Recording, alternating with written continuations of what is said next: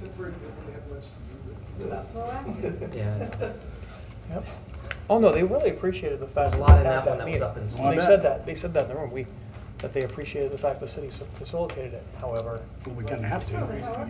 We facilitated. Oh, I probably doubled it. Shake out later, right? yeah, Right. pretty I much. say 2 or So nobody was in favor, I'm guessing?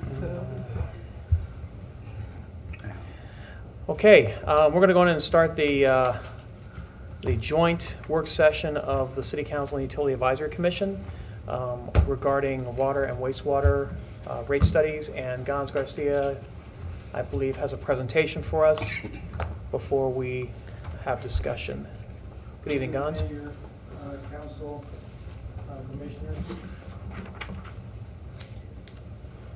Yeah, the purpose of the joint work session is to give you an overview. Is your mic on? I don't think so.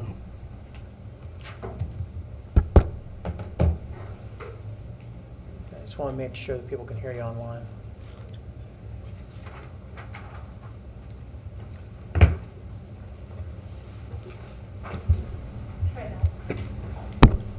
Hello.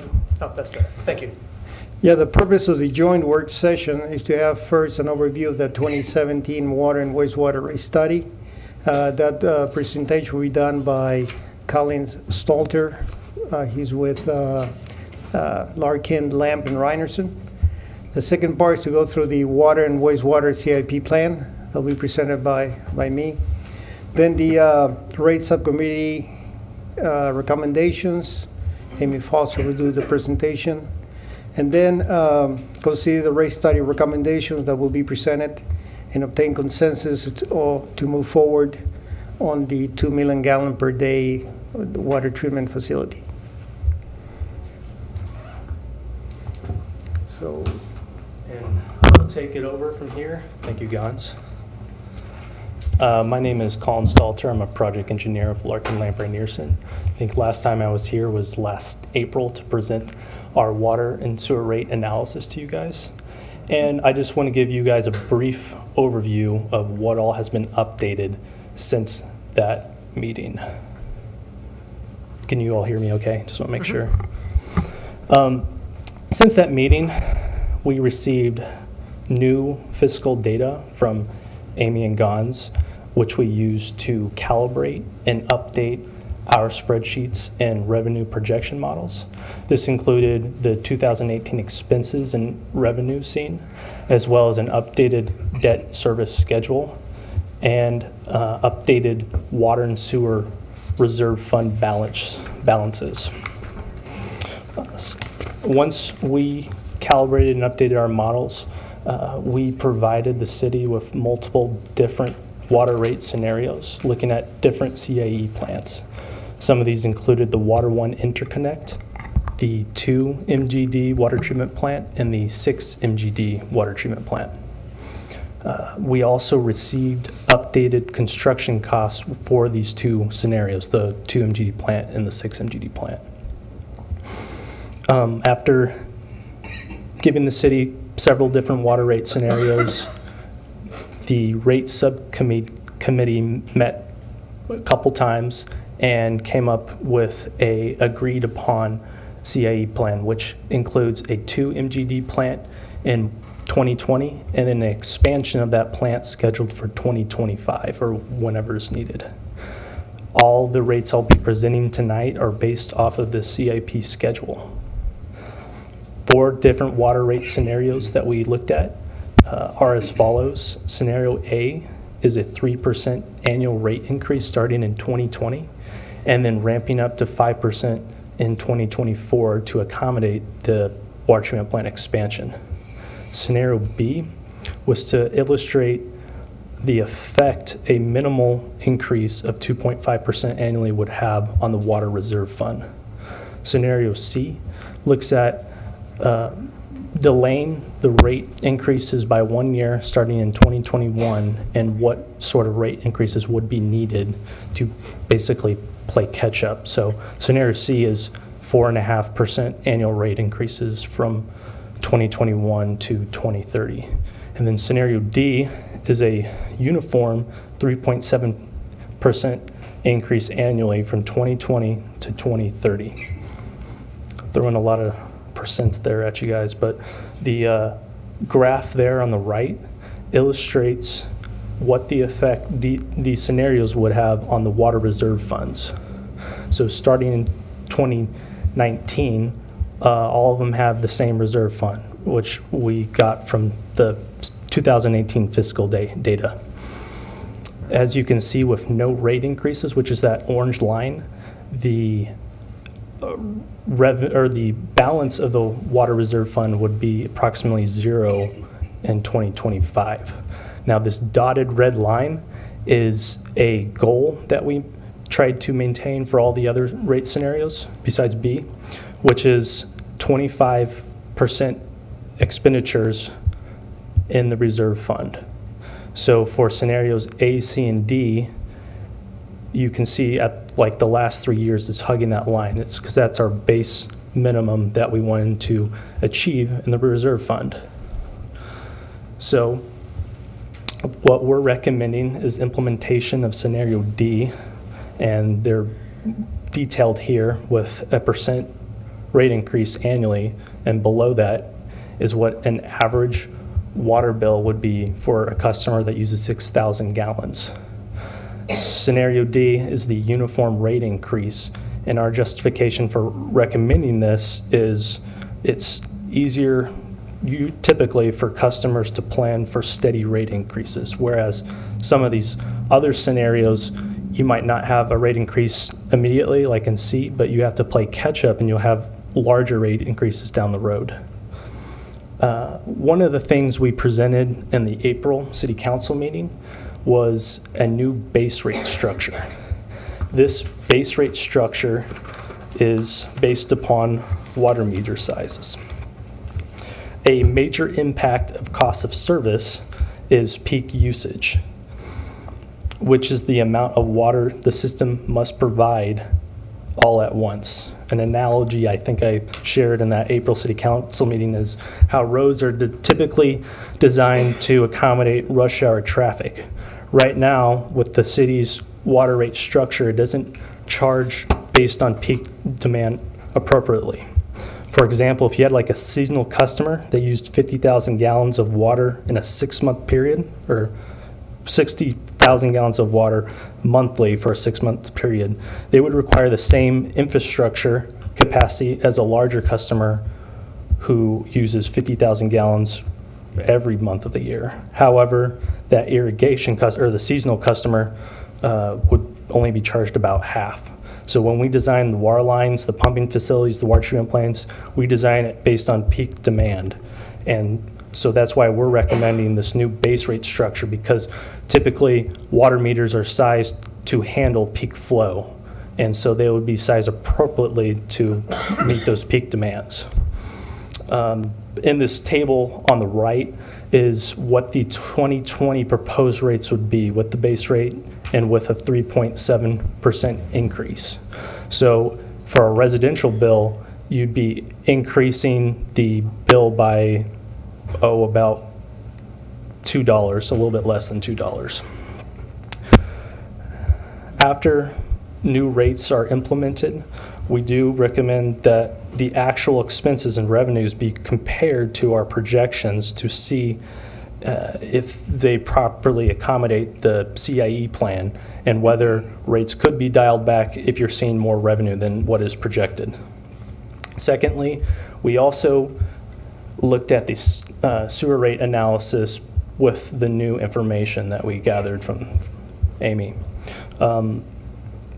With a $1 million transfer scheduled in 2019 and 2020, no rate increases are needed immediately. We are projecting that by 2025, a 1% annual rate increase would be needed to keep up with inflation, the increase of cost of service, and the other CIP, or the other capital improvement projects that are scheduled toward the later years.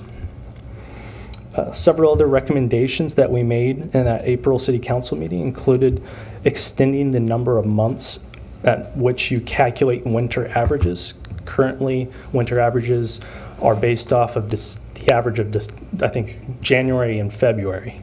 What we're proposing is that you extend this to 4 months. And there might be some customers who would say, well, I water my lawn later in the year or start earlier. What we proposed in that meeting was you could take 4 months, say December, January, February, March, and eliminate the highest months. So you base the average off the 3 lowest months of that data you collected. And then that's what they would be billed for the rest of the year or during the summer months until the next winter when a new winter average is calculated. Another recommendation that we made was to bill commercial customers at actual water used, because typically most commercial customers don't do a lot of outside watering, and those who do should have an irrigation meter. So one of our recommendations was discontinuing winter averaging for commercial customers. Lastly, one of our recommendations was to implement a interdepartmental rate, and this would be equal to the current wholesale rate. And we also recommend when you do increase rates, that you increase rates by the same percentage across the board. So for example, if you raise the rates 3.7% for residential customers inside the city, you would use that same percentage for wholesale, interdepartmental, and customers outside the city. And I will hand it over to Gons now.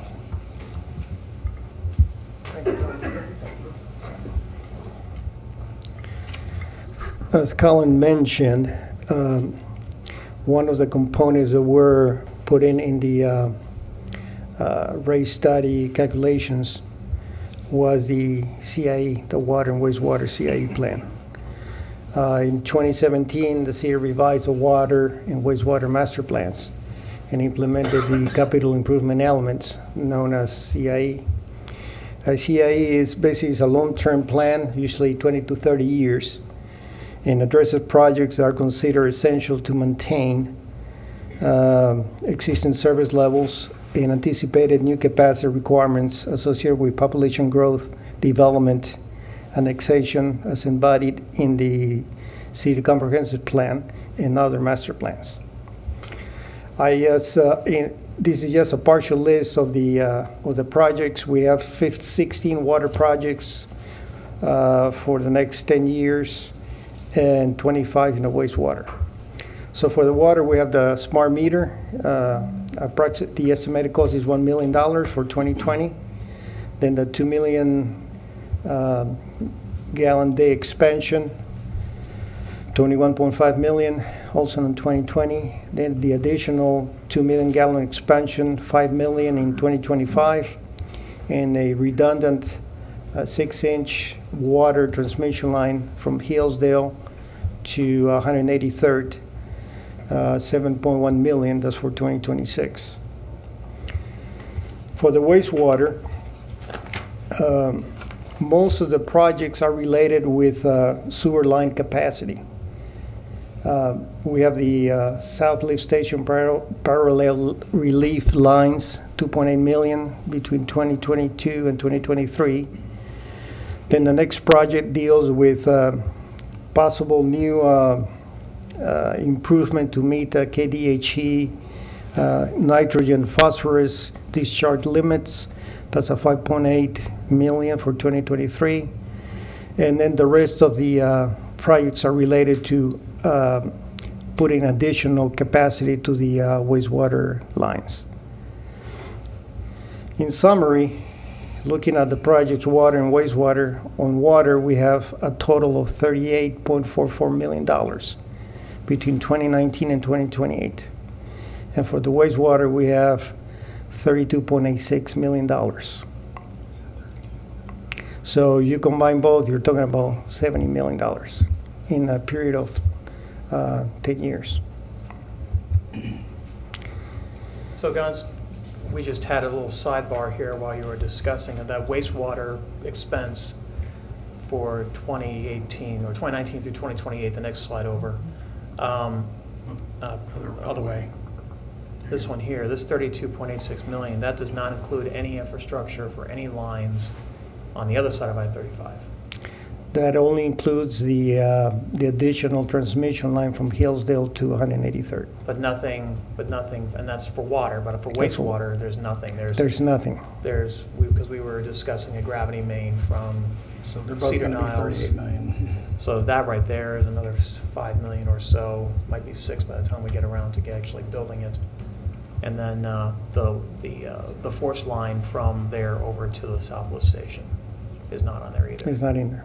So, got to think about that as well. That's another probably $8 to $10 million right there.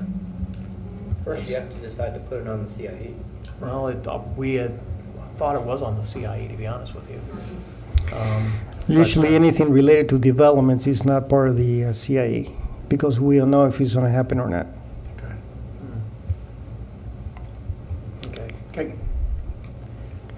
And the water, you said the water line, that 22.5 million, it's not really an expansion, it's really more of an infrastructure replacement, is it not? I mean, we're building a new footprint for We'll put in a new additional treatment plant. capacity for raw water, Mhm. chemical injection, carbon filters, and then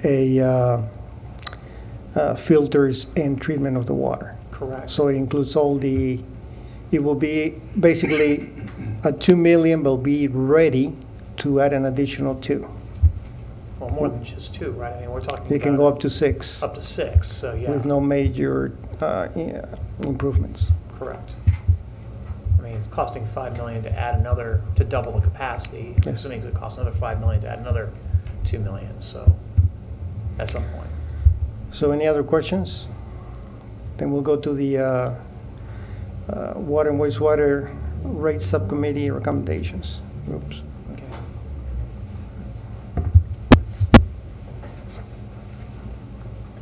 Okay, good evening.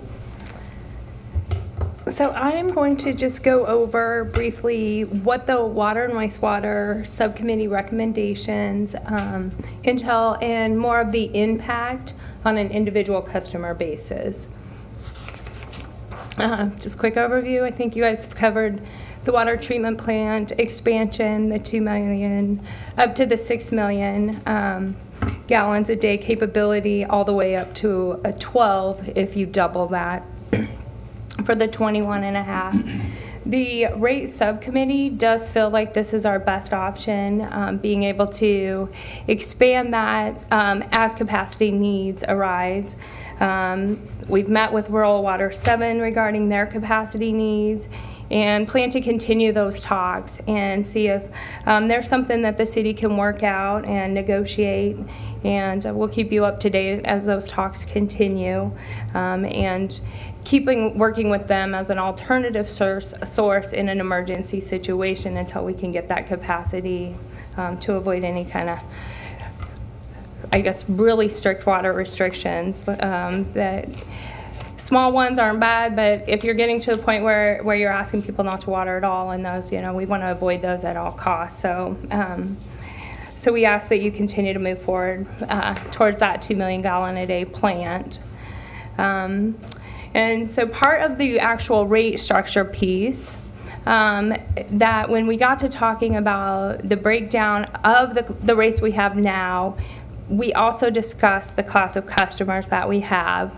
And currently, we actually bill based on inside city limits and outside city limits, and then our wholesale rates.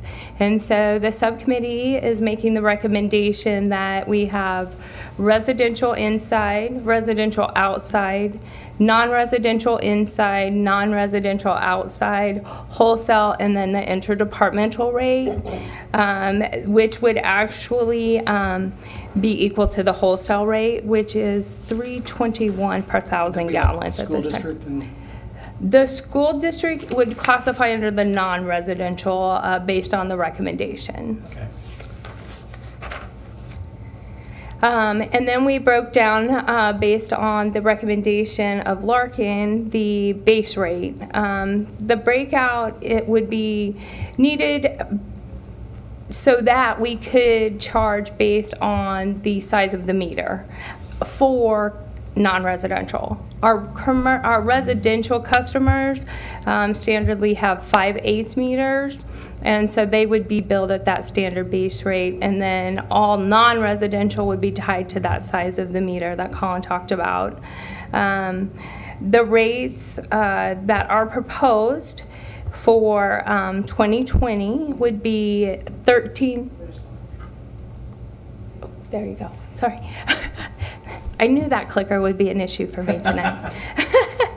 And so the base rates that are scheduled, as you see there, are $13.95 for your residential customers, $18.14 for your 1-inch, 1.5 meters are $27.47, 3-inch $89.15, and your 4-inch would be at a $156.02.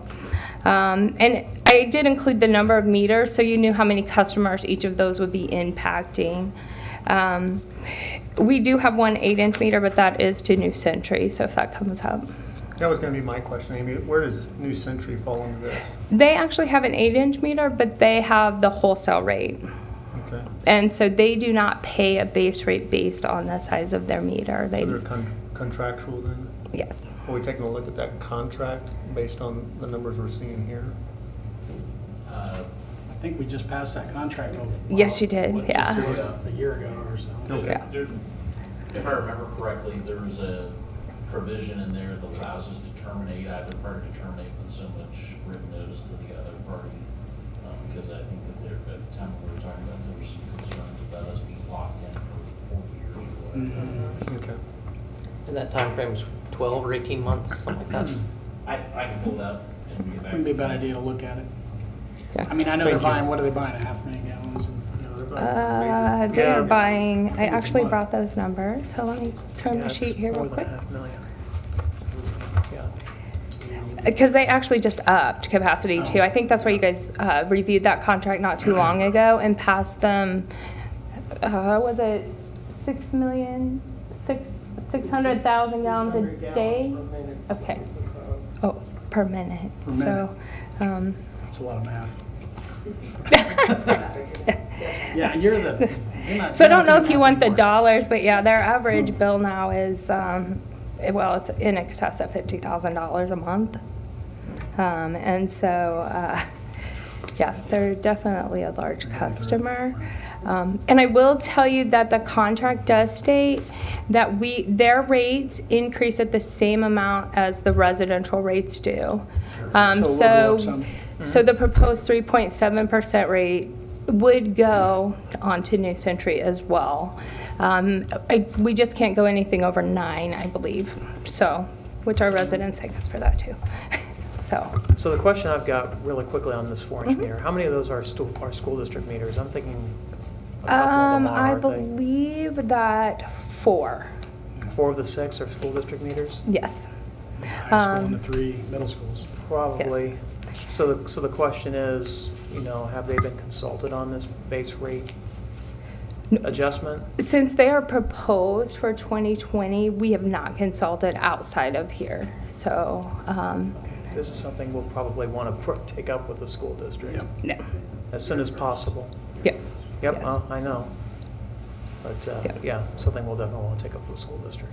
Yeah. And because we do get to the sewer, and would be a sewer impact to them too. So I do have that proposed for you as well to see that impact. Real quick, where are we at with the bulk water? I was going to ask later, but I think now would be a good time. On the bulk water pricing over there, Non-resident outside of the city. is that where we're at? Is it going to go up or go down, stay the same? Because I'm sure somebody's going to send me that question. Wholesale. It has actually in the past been its own rate class, and so that has been based more off of actual, I think it's close to what the residential rate is, however, it's rounded because it only accepts quarters. Sure, right. And so it has had its own its own. It's budget kind of number. seen as a different type of service. Yeah, oh, yeah. And Yeah, so, 'cause but you gotta yes, come we get could it. clearly talk about that. Did you run any numbers with the bulk water? I don't asked the think good so, questions. because it's so limited actually that, Good. that we saw that as a different type of service, but we can definitely bring that back to you what I that, ju- I just wonder, and 'cause where you'd like to see it go. especially after this summer, somebody's gonna ask me, well, what are you gonna do with that? And I don't know. That's not the answer I want to give them. So, thank you. Yeah, not a problem. And then, just real quick, we wanted to add in how this service charge base rate compared to Water One. And I think that we actually showed this in April too. But just to show that it currently, the rates that we're looking at to cover the expense of the impact that they would have on our system, that we are still quite a bit lower than what Water One charges. They're based on their meter size. So, and then as we got to looking at that base rate, we determined that we have multifamily dwellings. So our apartment complexes for their buildings have one large meter that serves all of their tenants. And so they break it down to a 5H service line. However, the meter's large.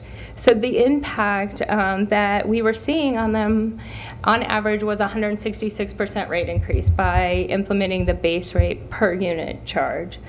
So we talked that over in the rate subcommittee and would make the recommendation that we have a multifamily dwelling seen as a residential commercial so that base rate is charged per unit. Since it's going down to a 5/8 service line to the tenants, that we seen them as residential. So we would ask for you guys' consideration in that as well.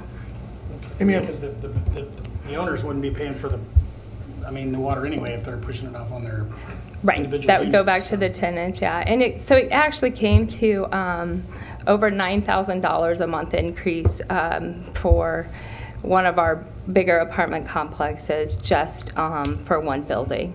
So Well, you're what is looking at that? 10,000. If that's a larger building, what is it per tenant? That was actually 8 apartments. And so 8 apartments split out, brought up that bill $9,000 a month. And that complex actually has, I believe, 44, close to 44 Is that Horizon buildings. Trails? So, what's that? Is that Horizon Trails or is that? Moonlight. Oh, it's Moonlight. Yeah. Okay. And so, And I probably should know this answer, but on duplexes, quadplexes, and eightplexes, are they all individually metered? not all. Some are, and some are not, but So then they would they're fall in- separated out, and they would fall on that too. And most of the smaller ones do have a 5/8 meter, and then it's split. Where the apartment complexes, they have 2-inch, 1.5, depending on if it's a smaller one, so. So just so I'm clear, you're saying we would increase the rates for each apartment, individual apartment owner? or The renter? recommendation that we're asking you to consider would be that they would be, all of our multifamily dwellings would be classified as residential, and they would pay the 5/8 meter base rate per unit. So if there's 8 units in the building, they would be charged that $13.95 times the 8 units. Plus the water. Plus the water consumption, yes. So. How are they billed now? Right now, they're billed as they're billed as inside city limits because we don't have any of the classes broken out except for inside and outside. But their base rate is $13.45 times the number of units that they serve. And that's based on because they're a customer, not the meter size. Right, Okay, so there's 1 meter to the whole building. correct. Okay. Is this still allowed? To have 1 meter for a multi-family? Yes, because it's a big meter and then they actually service it out. But on those, I guess the idea was that they're making one large tap into the water line through the main. And so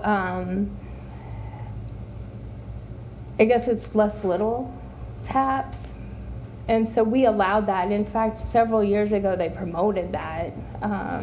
And so then they actually branched it off. And my understanding is, I believe Horizon Trails possibly meters it individually. And then they have a company that actually bills for them, the individual tenants. That's the way Moonlight Others is too. average.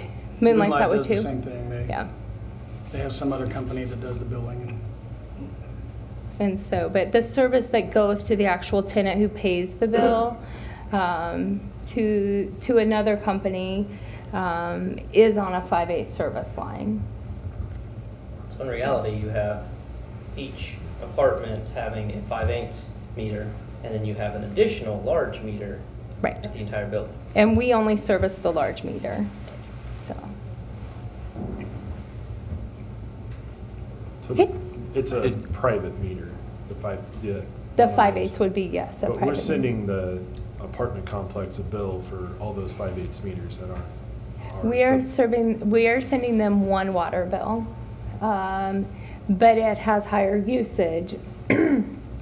And because we know how many tenants that they're serving when they develop, they're charged that service charge Times the per number. times how many tenants they're Okay. serving. Because we would be collecting that if we had all those individual meters, so. Okay. I didn't Okay. find the termination provision, it's a year notice.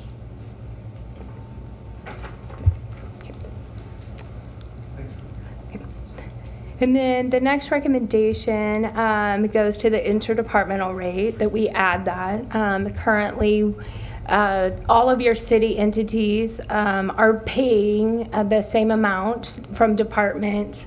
So like City Hall pays the water department for their water usage at the same rate as residential do right now. And so we're asking that that be the same as the wholesale and paying for the price of the water only. So the more of a wholesale rate. Real quick, is the fire station over here, do they get a wholesale rate, or do they, Johnson County Fire District 1, what is their rate? Theirs would actually be, well, currently what ours is, but they do not, we don't classify them as an interdepartmental. Okay. Since it's a different government entity. Right. And What, so- what fee structure are they on then? In this scenario, they would be the non-residential. Okay. And I'll be honest, I'm not sure what size of meter they have. It's gotta be pretty decent size, I guess. How do we feel about that? Do we wanna, I mean, they use a decent amount of water, and it's all for our benefit.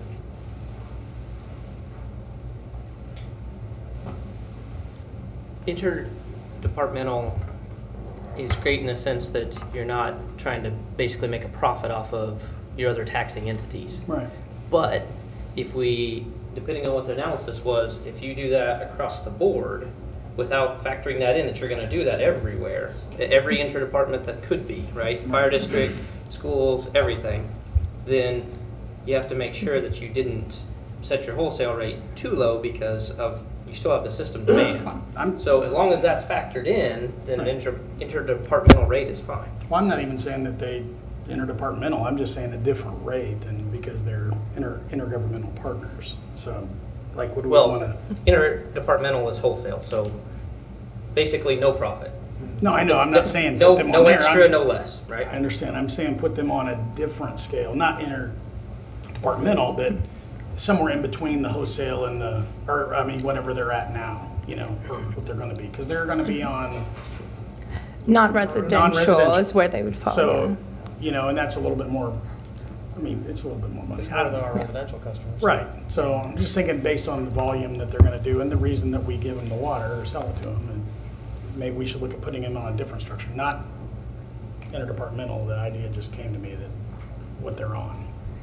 I think if you're looking at another taxing authority, you want to set it to where we don't lose anything and we don't gain anything. So like residential, Residentially, you're the same thing. That you don't want to be making a whole lot off of your residents, right? We're not trying to make a profit here, right? I know, but We're I'm trying to saying cover the cost if of the infrastructure. fire department was on residential pricing, not, Yeah, but it's a different classification, right? Just like your water meter sizes, you had 7,000 you're 5/8s. thinking too much. we can make a new designation that has the pricing where I we know, I'm want it. basing it off of the theory behind it, though. Right? Just because we can make something, just because, what's the point? What does not affect other rates then? Yeah, everything's tied together. Okay. Okay. So how can we fit these guys under an existing rate structure then? Other than, I mean, obviously non-residential outside the city is not. Well, your rate committee presented residential, non-residential, and interdepartmental. Yes. Did that come up in your conversations at all? About other government entities? Yeah. Yes, actually it did. And how did that go with that group? I guess. That, I guess maybe that it was considered that once you start picking and choosing who you put where, Right. then you kind of get into a judgmental thing, because then if you have some of your preschools who aren't actually government funded but feel like they should be classified, you know, how do you handle that? Or you have your federal, so KDOT, your other utilities then that could petition, and so then you're starting to use judgments on who you're putting where, and so so that was actually removed from that discussion. Not that it can't be Makes sense. rediscussed. And like I said, like I'm your not explanation really better sure than what their Mark's, though. meters all look like. Well, you're already Mark's- making a Mark's judgment call. confusing. Yeah. I mean, if you have Right. more than one rate, Right. you have a judgment call. Yeah. All right. Thank you. Clearing that up. Okay, and so then here's the big one. 3% rate increase that has been proposed to go into effect in 2020 to fund the proposed capital improvement elements. We also looked over the next 10 years. So we're looking long-term, how to best serve the citizens of Gardner, what our growth plan could be, tie it back to that capacity. And so we're looking at a several-year period. We're looking at 2030 with a consistent 3.7 rate increase. We feel like if we're doing this, then we're looking at that big picture, and we're investing in our community and knowing that that we plan on growing it and providing them with what their demands are. And so even though we've talked about the multi-year, it is something that we can look at in ordinance writing. However, of course, any council can always come back and change an ordinance. But so the recommendation is that we're asking for a multi-year, and for you guys to consider what you would be comfortable with in that. And so that it can be looked at each year, but it wouldn't have to be a rewrite of the ordinance every year, that we make a commitment when you're looking at that for the proposal. And we know that deferring project costs more, you know, later, and then creates that rate increase that's so much steeper. And since I've been here and looking at the history of some of the rate increases, and not saying that 3.7 isn't a large increase over the years, but being on the customer service side of that, and when we were raising things 8 and 11% for water, 11 for sewer, year after year, it was hard. It was so harsh. The beating that we took at the counter, the impact of those citizens, and like I said, 3%, yes, it does add up. It increases. We're going to talk about that. But when you turn around and you're smacking a family with 8 and 11% on both sides, it is critical to them, and it doesn't feel like good customer service when you're working the front counter and those phones on what you're doing to them, and then seeing that impact. So When was our last increase? 2015. Yep, 2015. So Yeah, it's been 3 years. We haven't even Yeah. kept up with inflation. 4 years, yeah. Yeah. Based on my calculations here, a 3.7% annual increase for over 11 years it comes out to about 49% over 11 years. And I have that actually. Amy, could you go back So- one slide? I'm sorry, I didn't Yes. get in there. Yep. That last bulleted item, your forecast assumes 2% growth rate. That's population. Yes. Does that align? That- Go ahead, I'm sorry. Oh, and so actually, when we say population, no, that's water usage growth rate, right? Okay. Oh, okay. Okay. I wanted to make sure that I trusted my memory, but yes, that is actually water growth rate, so Thank not you. population. Yes, ma'am. Okay. Were the additional customers, as the city grows, was that factored into it? Yes, as what that water increase would go up. Well, it So assumes a based on the 2% growth rate and Yeah. the usage scenarios for those families, so. what's Yeah, that? it assumes a 2% growth rate, Does that, which is very conservative. I mean, Yes. let's be honest. does that include the commercial piece of this pot? That's an overall 2% growth rate. That Okay. includes residential and commercial. Yes. So if the growth rate is higher, the revenue increases are higher, you dial that back in later years. Sure. And so let me throw in there too, that's a good point to throw in at this point, that something else we see too is we do the rate study. It's a lot of work. There's a lot of weeds to the rate study. And going forward, things change. I mean, there's things in the works that aren't considered in here when you talk about your commercial, any kind of industry changes that we make. And so that it is important to relook at these things and to update them frequently, more frequently than, 20 years from now. So that all these numbers could change in 5, 10 years, that we ask that we come back to you and ask that we look at this in a couple of years to update it and make sure that everything is on track with where we're going. So. Can I also ask, though, on the 25% fund balance, is that typical for enterprise funds? Is that Yes. heavy? Is that? Yeah. And so the standard is that you can operate, so if all revenue sources stopped for the utility funds, that you could pay all of the expenditures for 3 months, up to 4. And so that 25% makes it so that all bills are paid, all the debt issuance would be paid. And so that is what the standard practice has been. Not everybody can maintain that and do that, but that is what we're finding. So. Go ahead, Mom. Why are we waiting until 2020? Because of the fact that the budget was finished, and actually we were gonna try to go 2021, and so to get those rate increases in, publish them, and do all of that by 2019, just didn't feel like something that we could accomplish. So we asked them to go back, look into if we could add it into 2020 and see what those costs would be to bring it down versus starting in 2021. So it was more of a timing issue and where we're at right now. And gives good time for consideration and notice. Because like in talking the new Century contracts, we have to give them a year notice. The school, the impacts on the school. We want to broach those relations and let them know what this means to them. Anybody who budgets, this is important to them, and we want to allow them the time. Danique and I have discussed already big campaigns on conservation. We think this is a good key to tell people you can control your bill. I was just at a seminar Thursday, and somebody was very passionate about water, was talking about the resource. It's a natural resource, and the importance of conservation, that it's vital to everyone, the health risk of not having it. And so that we want to have that year too to campaign and educate on conservation, how important water is, work with the citizens.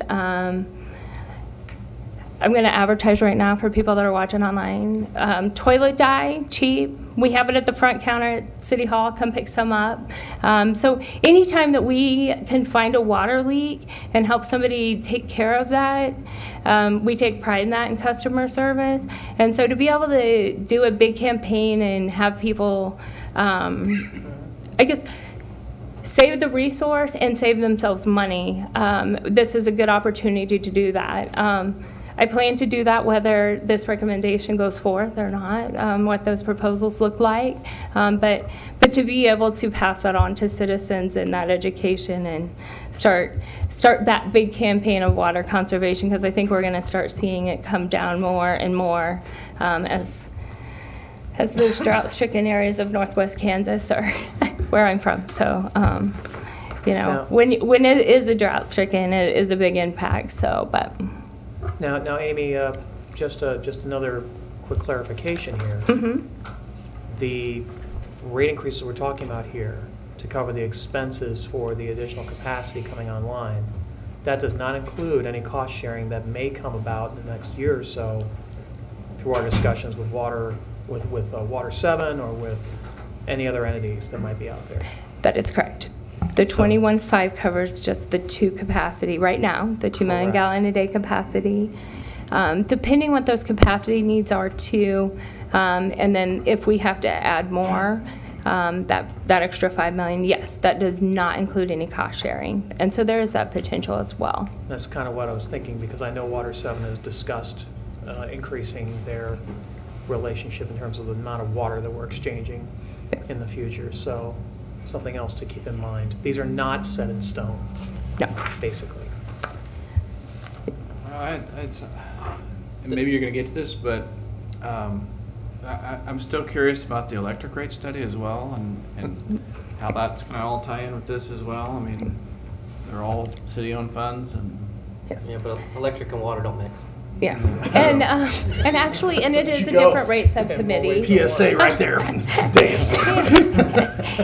And so the electric rate study isn't complete yet. And so the rates subcommittee, and so when I say that, the rate subcommittee has just started their meetings, and so are at no point in making recommendations yet. And so, so until we get past that, let's see, we have a meeting next November 30th. And so hopefully we'll get some of the questions we had that they've looked at. Lots of scenarios come out of those things. And so looking at the magnitude of the electric rate study and all the rate classes that we currently have on that too, it's a lot. And so at this time I can't really speak on that, except for that it is coming, I promise. And I'm hoping soon. Are we potentially looking at a rate adjustment for electric coming in 2020 along with water? You don't have to answer that now. well, and that's kind of, I mean, Okay. I'd like to see kind Yeah. No, but I'm saying starting in 2020, are we looking at? Why 2020 versus any other year? Well, it could be, well, it'd have to be 2020 or later because. The time, again, to Yeah, the give time, everybody yeah. notice. Right, but- budgets. But there's nothing driving until we hear from them Yep. what electric's needs are in their CIE to stipulate the 2020 versus 2075. I understand. We're also getting some pressure from some folks to give back some of that reserve money. Yeah, I'm pressuring. That's the reason why I asked the question. Invested to offset some of these costs. Well, I mean, that's kind of, they're all funds though. I mean, they're all Yeah, they're separate. But, separate. It can't be It's a done. utility. so they all come on the same utility bill. That's true. Water and electric don't mix, but To the customer, they do. no. I wouldn't Sure don't. recommend it. And As a guy who's been I on think fire, this I is, imagine the other thing's not even good either. Oh, shoot. And I wanted to make sure I give you guys time for discussion, and here we are. Well, So- we're kind of discussing. Okay, so if you're good, because I'm looking at the clock, and Yep. so, because what I would like to say on that too is, if you want to have a work session on that too, presented like this, or how you guys feel about that, the UAC, and I don't like You them guys- being in here next you don't time. like them being in here? They're very quiet though, I must say. They So- are really quiet. I suggest we finish what we're doing in the subcommittee meetings first before we present it to Yeah. you guys. Yeah, Yep. at that. and maybe we can do It's it in the pretty same smart. format with the work session, and so spend our good due time on it, and so, anyway, so we're missing out on the fun, not so fun stuff, I guess. The proposed rates. So this is the 3.7% proposed rate structure per 1,000 gallons for residential. And so in looking at it over the course of the period all the way to 2030, A small residential customer who on average uses 2,000 gallons of water per month, their increase over the 10 years is $12.58 per month. A medium customer, which is your 6,000 gallons, which is mostly the average actually of Gardner residential customers. The average for the 2020 increase would be $1.82 per month, and then up to $24.46 over the 10-year period per month. And then you're So this is based on our 2% growth and all that? Yes. So what happens if we would get like 5% growth? Then you do another rate study in 5 years and you reevaluate. No. Right, okay. That's what I'm. Yeah. Maybe holding rates And so- flat at that point. And one of the okay. things that Gon said to me that put it in perspective for me is currently right now, you're serving your city with 4 million gallon a day plant. And so if we're doubling that, then we would be at 8. We still have the 4. And with the foundation that we're recommending, then you could quickly, within a year, I believe, in 1 year, you can add the 2 million gallon a day capacity. Whereas to build new plants, we're looking at a 2-year project. And so as that growth comes, we can actually address it in $5 million increments within a year.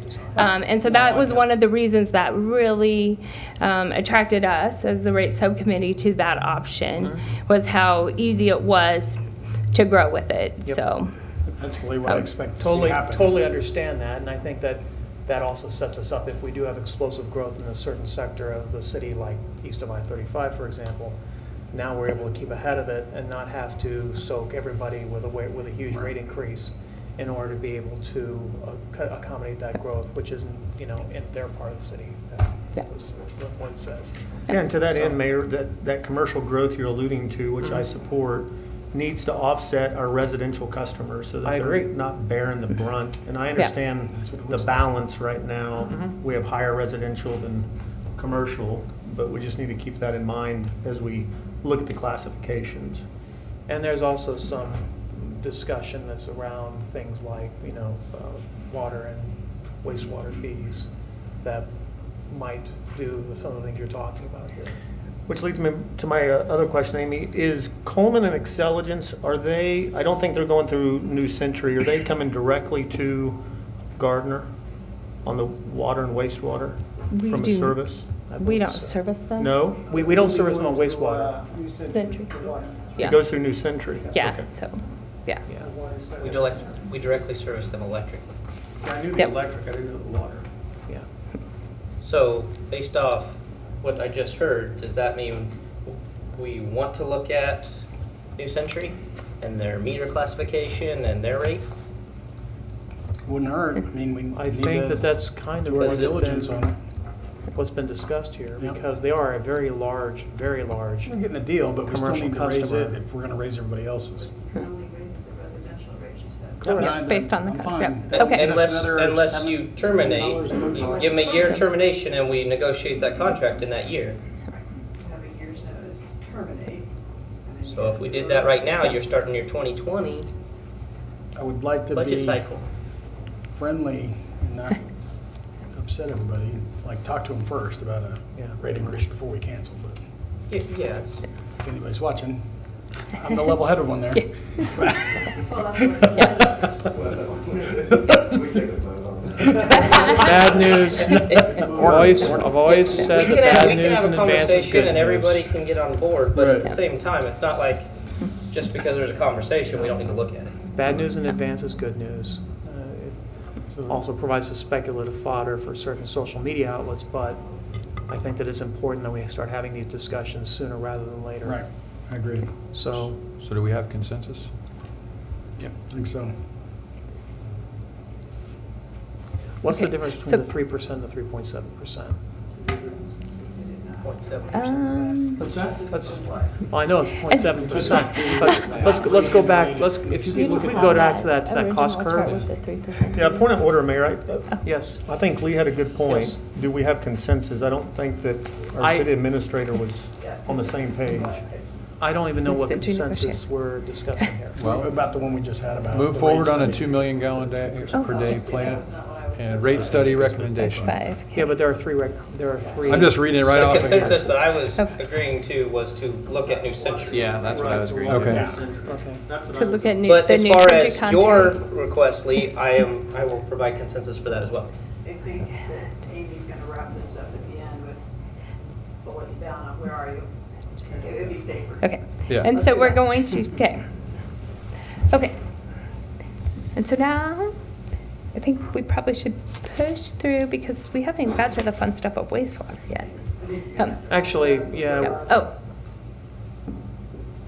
Oh, go what's it? on, go Oh, on. okay. And so, we talked about the residential rate impact, the non-residential based on meter.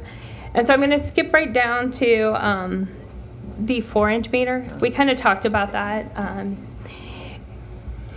because that one has the biggest impact. And so for those 6 customers, a 4-inch meter using an average of 152,000 gallons of water, that's what that average class of customer uses, would see an average increase of $184.45 per month in 2020, and a total over the 10-year period of $765.06 per month. And again, that's for the 152,000 is what their average So was. they're going to be increasing by 40%. No, but that's at 6,000 gallons. Right, that's $184 a month, is that what we're looking at, 2020? Right. In On a 2020, yeah. School, I mean, that's, with, Pennies per what, gallon. 3,000 kids? Yeah. So, okay, we're gonna jump to the sewer.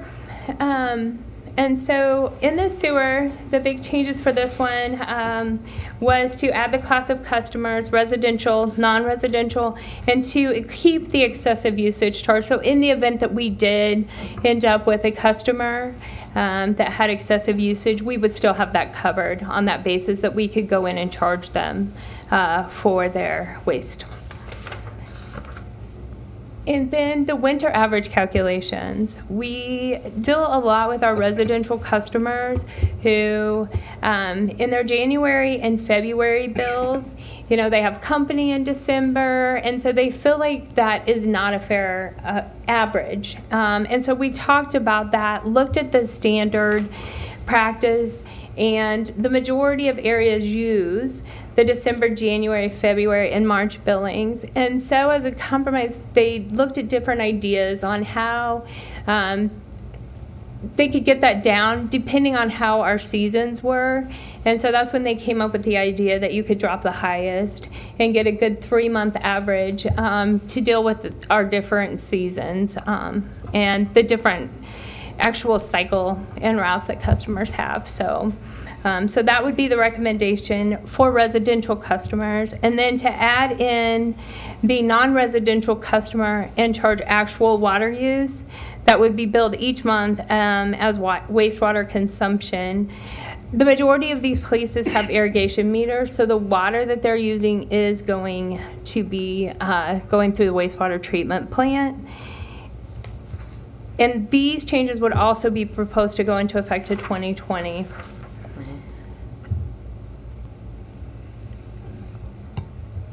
And then the 1% rate increase beginning in 2025 to cover.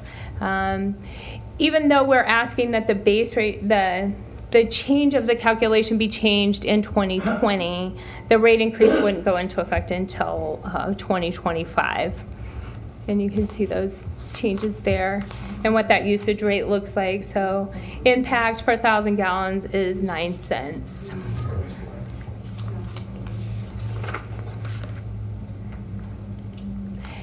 And when we did a sampling of, we picked UAC members and city council members and selected 5 of you.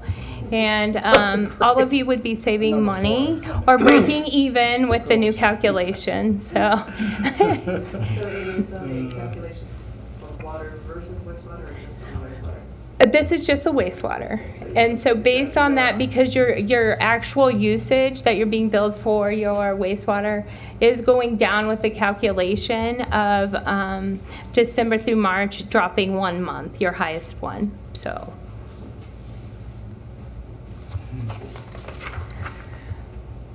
Now, non-residential wastewater calculation impact per month does vary significantly based on the customer's usage. And so when we did a sampling of the customers and using the winter rates the way it bills now versus their actuals, it did vary significantly, and there was a large impact. And so I guess I would encourage that if this is implemented, that we do into a campaign about wastewater. And not that you can control your wastewater, but you can control your water. So it comes back to that conservation and what we can do to help them to lower that, Hey, Amy, to I'm lower sorry. that impact. Don't mean to interrupt, but Oh, no. it's 7 o'clock. Oh, And so okay. we probably need Need to get the to stop consensus. Okay. the wastewater. All right, make consensus on the recommendations. Yeah, have a go to that last slide that Laura alluded to. You could, Move forward on. Oh, you know, okay. I don't actually have a slide, I have a notebook to ask you what, yes, what you would like to see, and if we have the consensus to move forward with the changes, if you wanted to go through them individually. I think we might have to have a second go at this, Okay. but under a presentation. Right. So, I mean, you know, you can call your open public meeting, and this was a work session. Mhm. There's nothing saying you can't amend the agenda if you want to just tack it on to, at some point in the open meeting agenda and have decision points. You can even juggle no it to council the action top for of it. your agenda, and you set the agenda if you want to do that. Certain. Well, you guys want to continue this discussion in open meeting? Yeah, let's finish it. Yeah, let's put it at the top so everyone can. Yeah. Just because you used to get a decision. Right. Okay. All right, let's go ahead then, and we'll call the meeting, and then we'll just tack it on as a first presentation under presentations. How's that? Okay. Is that consensus from the group? Yes. Yeah. Okay. I'm going to call the Gardner City Council meeting to order. Can you please stand and join with me in the Pledge of Allegiance? Pledge allegiance to the flag of the United States of America and to the republic for which it stands, one nation, under God, indivisible, with liberty and justice for all. All right, we're going to continue the presentation on water, wastewater here. Did we need Amy back Yeah, for just to get your decision points. any additional recommendations? Okay. Do they want to do Do we want to talk about at all the 3.0 versus 3.7 because they were both scoped out in the analysis? And what were the Everything's game, man. differences? And what were the differences between the two? Other than And I do know with the 0.7%. 3%, it came back that in 2024, they would have to be bounced up to a 5%. Okay, so there is a ramp up in the Mhm. second 5 years. Yes. Okay, that would be the difference then. Yes. Okay. So Okay. smoothly steady or choppy? 3.7 year over year with biannual reviews, probably budget time if we're doing 2-year budgets, and course corrections as necessary. I'd rather take that approach than, And across the board, so not everybody gets nailed. The base rate changes based on size of meter, but everybody else gets the 3.7% increase. So I think the first consensus was, are you for sure moving forward with the 2MGD, which I Yes, think I believe Yes. that was the Okay. consensus that was Yes. given. 2MGD That was the with consensus the that was made base. 2 Okay. months ago, Yep. I think. Yep. Yep. right. Okay. you're still doing it. Well, I think we Okay. don't really have a choice. Well, Yes. when we left that one, the question was, were we going to consider the second water source? Correct. And I think that there's, in the interim, we've actually had some discussions about how to establish a secondary water source, which would not require an interconnect with Water One. So that's why our Water One was not brought forward. So. Yes. That's the first one. Yes. The second one is that the class of customers that would include interdepartmental. And I don't see a problem with that. No, I agree. I think it's good. I think everybody's on board with having the classification, but I don't know if we have consensus on who goes in that classification. I think I'm fine with it for now. And that's It can that's be fine. difficult later. I think part of the awareness campaign is going to have to be, you know, how do we work with our interjurisdictional partners to implement this, you know, without it having a significantly negative impact on their operations. More to come, yeah. And then in our non-residential, that we incorporate the base rate based on meter size and the recommended 2020 proposed numbers. If we have a Yes. consensus to move forward on that, okay?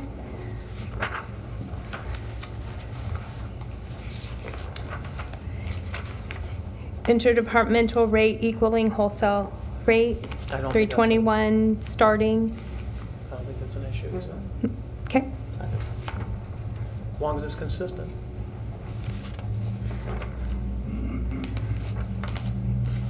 And the new wastewater rate calculations for residential. Mm-hmm. Yep. And removing the winter average calculation from non-residential customers and charging actual. Yes. Yeah.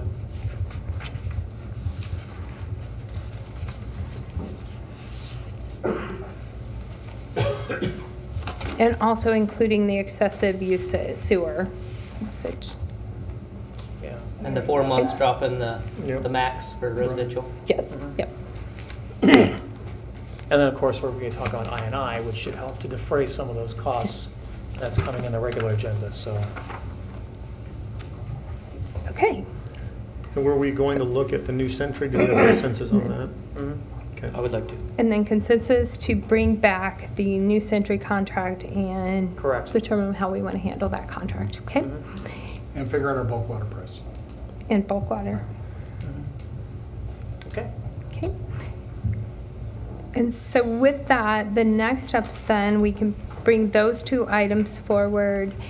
And then I'm thinking January for the ordinance. And the reason why I'm saying January is because these are pretty complicated ordinances to write, and looking at Ryan. And with the holidays, people's on vacation, to get those written, that we get that back on the agenda Yeah, late in January would be January and sufficient. follow through with it. Yep. Is it good into effect? Well, then until Until 2020, so we have plenty of 2020. time. However, Yep. based on, again, with deciding what we're doing on New Century, they require a year notification. And I think the sooner that, you know, we can speak with Sure. the schools and anybody who budgets and get that out there and start our campaigning. Absolutely. The better. And so, that we meet those agreements, so. I think then we should have a consensus what we're doing with water, or with New Century at the second December meeting. Okay. I think that would be a So- really good idea if if we can get those back before then. So a month. Okay, say that again. Well, we all want to look at the New Century contract and what that means. So can we get a consensus? So we have that discussion sometime in December, but finalize whatever we want to do with it at the end of December. In other words, do we need to have a work session Or a in presentation. December Presentation would be sufficient, or I think. presentation? Right, No. okay. No, we're not. What was the question? He said we're looking for a rate increase Well, higher I'm than the not sure whether residential. we need a work session And or I'm confused, and I'm happy so, with it. so Yeah. basically what we're You talking just about is provide that notice. the base is, no, the usage would not be an increase potentially over above residential, but the base rate might very well be increased. And that's, I think, where To see what our options would be. Exactly. On what we can do with that contract too. Correct. Right, if we terminate it, we can, it's whatever we agree to. Mhm. Whatever they and us come to as, And there's a provision in there for increases and notice for those increases. Right. Capped. Mhm. It might be a little Yeah. easier than we might think. It might be, but Well, again, because I know until we we've seen can the audit- contract and had a Once chance to the go ordinance goes, talk about it. once we bring back the ordinance for the rate increase of 3.7%, I do know that their rate would go up too. We send them a letter telling them that their rate's going up 3.7%. Any changes outside of that, you know, for base rates and changing those rate structures, yeah, I think would have to go through legal. Correct, because they don't, I don't think Terminating the contract provides and for a base Provision rate. allow us to, Do that. yeah. There's a notice. There is a notice provision, I'll pull it back up here, which allows us to increase it with so much notice. It's not a year, I don't think. Right. It's just enough time to allow them to adjust their budget. And I thought it was, as long as it was at the same rate as residential. Yeah. Yeah, but residential, they pay a base rate, but it's a very low, very small base rate. I don't think they have a meter size, especially, Right. and yeah, all that's non-residential. I think the conversation is mainly trying to figure out if they need a reclassification, right? So the contract termination, so possibly, so that then we can negotiate whether or not they would be considered the equivalent of a residential customer, right? Now you would be this out of city commercial with a larger meter size, et cetera, et cetera. Much larger. Right. Yeah. Or negotiate contracts. Right. So, I'm gonna look at Ryan, because I think a lot of well, that I has to do mean, with you know, contracts. that's a negotiation, right? Yeah. So, I mean, understand what we're trying to do here is we're trying to provide for a new water treatment plant. Yeah. Basically, you know, expansion, but it's actually a new plant. And, you know, that's gonna mean that everybody's gonna need to chip in. So. And they are our biggest water consumer. Maybe what if your city attorney doesn't know what we would need a work session for, I'm on the same page, either I'm. Not a work session. Okay, so I. okay, Just a my presentation, advisor. just a On the presentation. contract Gotcha. and what can, Or he says, maybe. wait a second, maybe I'll get that. He's reading. I think the provision allows us to look at both of those items. Right, but as long as they're written as a residential, you're always trying to fit them Kinda into stuck. some mold that doesn't fit them anyway, Right. Yeah. No, that's a good right? point. Instead of just starting scratch and doing the same thing we're doing with everybody else. And I think, so let me just step in real quick too. We actually classify them not as a residential customer. We classify them as a wholesale under an individual contract. And so that contract is what binds their rate, and then what we can increase it is. And so Correct. on the increase, it was actually written that we couldn't raise them any more than what we did our residents. So it was part of a contract negotiation that was done. Yep. Up to 9%, I believe. It couldn't exceed 9%. 10%. Oh, 10%, yeah. And so we can, whatever the percentage increase on residential is, Yes. we can adjust their base rate from year over year Yep. up to 10%, but equivalent to the same percentage increase. And everybody else is getting 3.7, so they. And so they would get a 3.7. 3.7, Right. yes. But again, we're not talking about the base rate based on meter size, because that wasn't a part of the original rate structure at all. Yes. So that's what we're talking about. Okay. So, I think we'll need to bring the contract and have a presentation Yeah, I on wanna see. On that contract that and meter put the- size. It's pretty easy. I mean, we know what their base rate is. We know it's the wholesale rate. If you want us to pursue a different rate with them other than wholesale, Then we talk about well canceling the then we go to the water district and we communicate that that's our intention and advise them that, It's going to X you know, percentage. we have termination rights and we consider exercising those. But it's, I mean, that's your decision on that. You have a contract with these folks going out for 20 more years, but for that termination. That's why I think we'd like to discuss it or have a presentation We're gonna have a or discussion right now. session. Well, it doesn't sound like there's anything for us to discuss without having a conversation with them. Yeah, we need to have Yeah. we need to have a This is discussion a- with Johnson. This is like an Johnson County Airport Commission. This is a kind of an intergovernmental communication with. Correct. I don't think I want to have them hear about this now. I agree with you. YouTube. So I guess we can instruct the city administrator and utilities director to begin to have those conversations with Johnson County Airport Commission on, you know, just basically informing them of our restructuring intentions and what we can do together to try to make it go smoothly. Does that make sense? And then have them come back and report?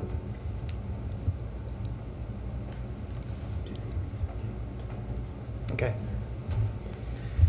All right, thank you very much, Amy. Appreciate it. Thank Anybody you. else have any questions for Amy before she heads off into the sunset? Okay. Thank you. All right, thank you, Amy. All right, we're going to start with our presentations. Thank you, We have- Commissioners. Yes, thank you, Commissioners. Yeah, thank you. You can leave your seats now, and thank you for your contributions to tonight's meeting. Clint, you're not going to say goodbye? I'm just moving Oh, okay, all right. It's going to come up I here was for going to be public hurt there. comments I to was going to talk start about it. crying. That's fine. Then our staff members can take their seats. Easy to come up and complain about the new rates. Yeah, exactly. That's not till public comments. I heard you. Yeah. I just watched. Let's give us a couple of minutes to shuffle the deck chairs here. No, I warmed it up for you.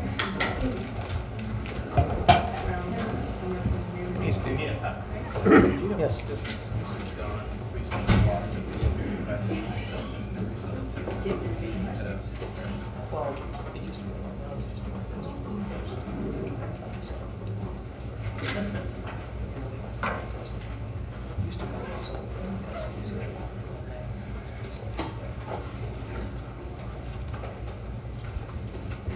Okay. Well, I'm going to go ahead and get started on the presentations. We only have one presentation this evening. It's a Ride KC presentation. Lisa Womack is the regional mobility. Hello, Lisa. She's the regional mobility manager for Kansas City Area Transportation Authority, and she's here to give us some information on Ride KC's family of services that are available to citizens in Gardner.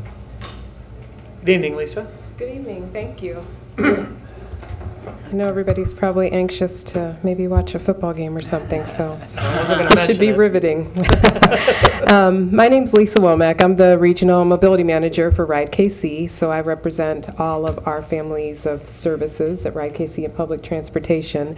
After I finish, I'll make sure I leave. I have a folder with some information for you all and pens and some goodies. But I thought it'd be good to give some background on why we are Ride KC, where we are right now, and then talk about what's available in all of our family of services and as it pertains to Gardner. So I will get it moving. KCATA is actually who I'm employed by, and we were established public transportation back in '65. We have bus, paratransit, and we provide some other innovative solutions to the region. Back in 2014 is when they decided to regionalize all of the transit, and I'm sure some of you know the story already, but made it into Ride KC, so that way it wasn't as confusing. Part of the goal was to make it not as confusing on the customer-facing side with having the Joe and KCATA and IndyBus and UGT in Wyandotte County. So now we are Ride KC. We provide services in 6 counties in the metropolitan area, and we partner with private and nonprofit entities to provide all of our services.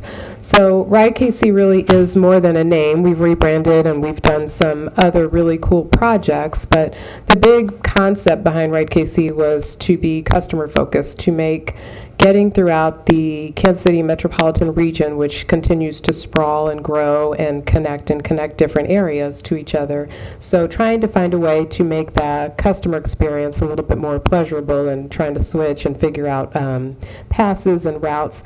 So having a regional delivery was and is still our goal.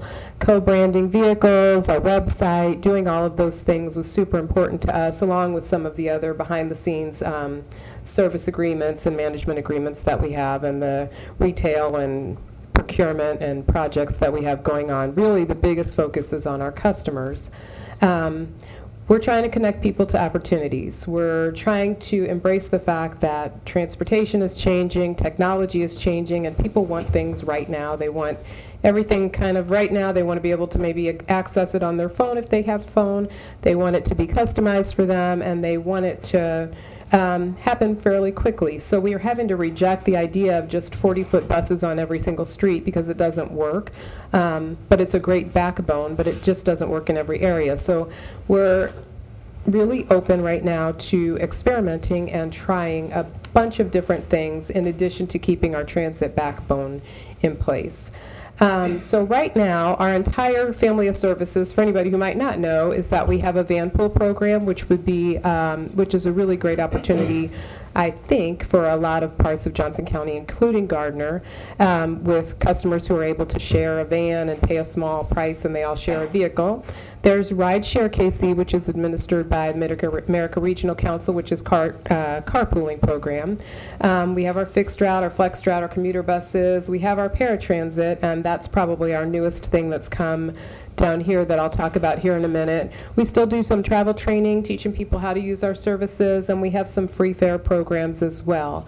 So our paratransit includes ADA and non-ADA, and the difference between that is really what's required and what isn't. Paratransit's really what you would know as our door-to-door services. The Johnson County branch of that used to be called Special Edition. And then there's the other branches that are listed there. What we've done when we consolidated the paratransit was, and I think we still have a little bit of work to do, but we did create one application process, which was pretty huge. One ID card, one phone number where you can call and get in. It's kind of a big phone tree, but there is one phone number. And we're working to find ways, because there are some jurisdictional things that still happen, and we still have to get around those, but we are working to find ways to make that paratransit arm of our services be as accessible for as much of the region as possible. So, which was why it was very exciting when we when not only Johnson County approved expanding their special edition arm throughout the entire county of Johnson County, which includes Gardner, but also our newest pilot, which is sort of like a taxi voucher. It's actually not sort of, it is exactly like a taxi voucher program, but it has an app-based portion with it where you can schedule rides similar to an Uber, but you don't have to do it that way. We've made sure that we've kept the phone calling option available. It's a 24/7 service, subsidized taxi rate. So in addition to the traditional paratransit that you know as Special Edition, we now have this taxi service, and this is also available to all the residents in Gardner, which is very exciting. Some other perks of that: if a customer goes through the application process, has a disability, qualifies for ADA, they can ride on our fixed route buses for free. So with that extension of the routes that are going through Gardner and down into Edgerton, that gives them an opportunity to ride those buses for free. Veterans can ride our buses for free. When you see the 0, 3, and 5, 0 is our fixed route buses. You go out to a bus stop, you show your little Ride KC Freedom card, you ride that bus free. $3 is what typical ADA transportation is, and $5 is what our on-demand and what Special Edition, what was known as Special Edition, used to cost. So there's 3 different pricing options now available.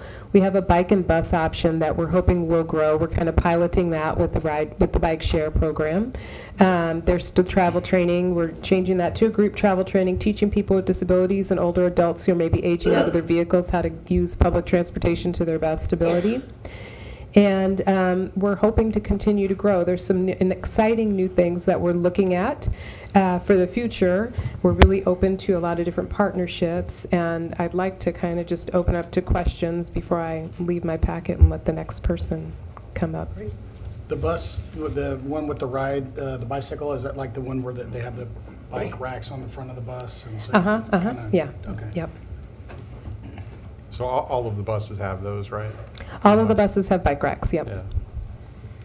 Lisa, I was real excited when the 595 started servicing Gardner through New Me too. Century and over into Edgerton. How's the ridership looking on that? It's been, what, 6 to 9 months now?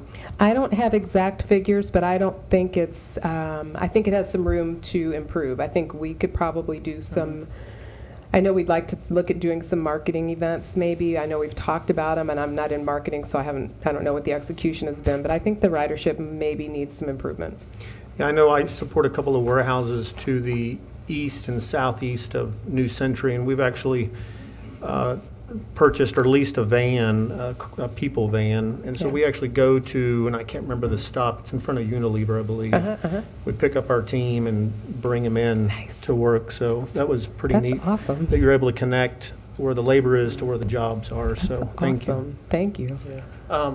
I was going to kind of piggyback on that and talk about park and rides. Yeah. And there's talk when we were in workforce, when we were in the workforce meetings under Southwest Johnson County EDC about that issue of, the labor being in one place, specifically, Kansas City, Kansas City, Missouri. Yes. And other areas around the metro, and getting them down to Gardner and Edgerton for the warehouses. And one of the solutions we were talking about over and above the 595, which I completely support, is having a park and ride or transit center someplace, off of one of the interchanges, and then basically having the different businesses take their vans to that location. That's and a that great way it's a idea. central place where all those folks be coming in, and then they'd be able to make it to their places of employment. Has there been any discussion about doing something like that, having a park and ride established that KCATA would manage or administer I here? don't know. I don't know if there's something that we would administer, because you have your Johnson County Transit Council that, Correct. and I guess we would probably manage that. So I'm not sure what the specifics are. I know we're now looking at, they're calling them mobility hubs, for lack of a better word. Pretty much. And where to, exactly like what you're talking about, and where to locate them. I'm Mhm. positive Johnson County and Southern Johnson County is part of that, but I don't know the exact location. Yeah. I've had some of the same conversations, and Yep. some New Century available lots Correct. have come up as opportunities. I don't know where it's gone from Something there. close to the interstate Right. where the bus can come in, they can do one quick drop off or pick up. Right, because it's already off of the 595. Correct. So what I'll do is I can find out from the planning department where that conversation may be, or even ask Josh Powers, the county liaison, where that conversation is, and then maybe get back to Jen Jordan and have Yeah, her Josh is- funnel that back to you. I can try and find that out. Oh, that'd be great. Thank Yeah. you. So is it still a policy that you basically can stop pretty much anywhere and let someone off or pick someone up? 'Cause Yes. I know when So- I rode the Joe years ago, it was real handy because I was able to put my bike on the front of the bus, and then when I Have it got stop off somewhere. of the bus in front of my work, I rode in and it looked like to everybody that I rode my bike all the way from Gardner. It was really cool. I can't believe Lee is admitting to this this is huge. So the beauty of the Johnson County routes is that, yes, as long as, if you need to get off on a non-stop stop, as long as the bus has a place where they can safely stop and let you off, they will deviate, yeah. I'm just helping to market a service. Oh, is that, okay. That's actually good. Presenting options to people. Spritz some water, look like you sweated on it. Yeah. So you could do that. What's the mechanism for someone that's not disabled, but let's say elderly, to get to and from their doctor's appointments in Kansas City? Mhm. What would be their mechanism for utilizing Ride KC? What's their avenue to know how to start and where to go and what to do?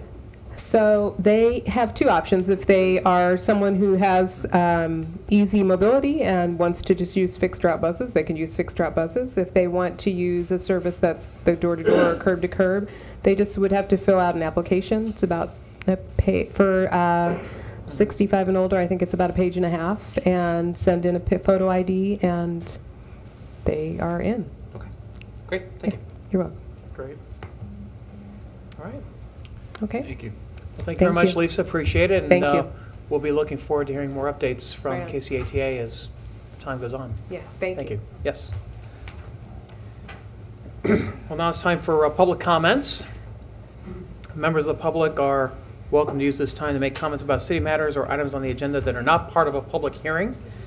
We do not have any public hearings this evening, so basically you can speak on any topic on or off the agenda.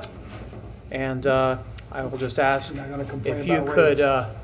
if you could limit your comments to 5 minutes, no personal attacks and no profanity, Clint. And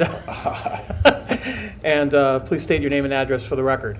My name's Clint, 136 North Cedar Street.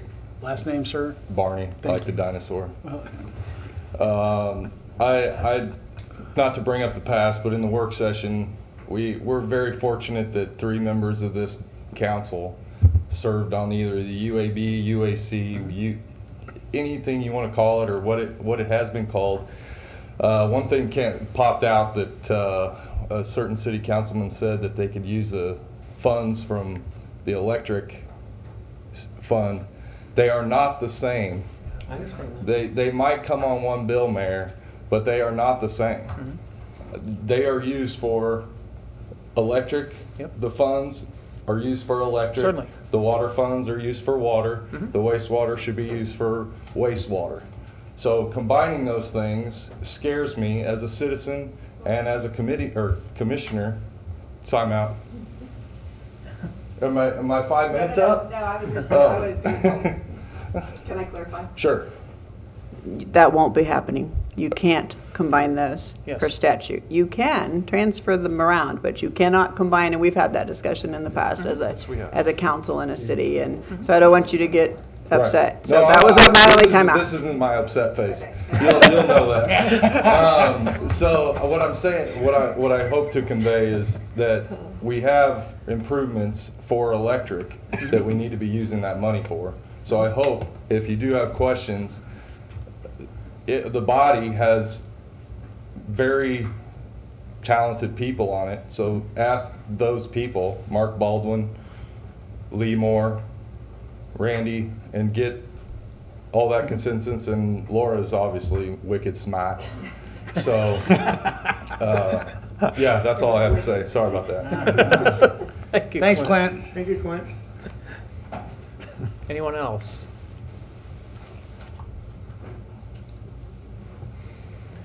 With no one else coming forward, we'll move on to the consent agenda. Is there any member of the council who wishes to remove an item from the consent agenda? Number 6. Number 6. Number 6. Number 6. Number 6 it is. Looks like all members of the governing body have decided to remove consent item number 6.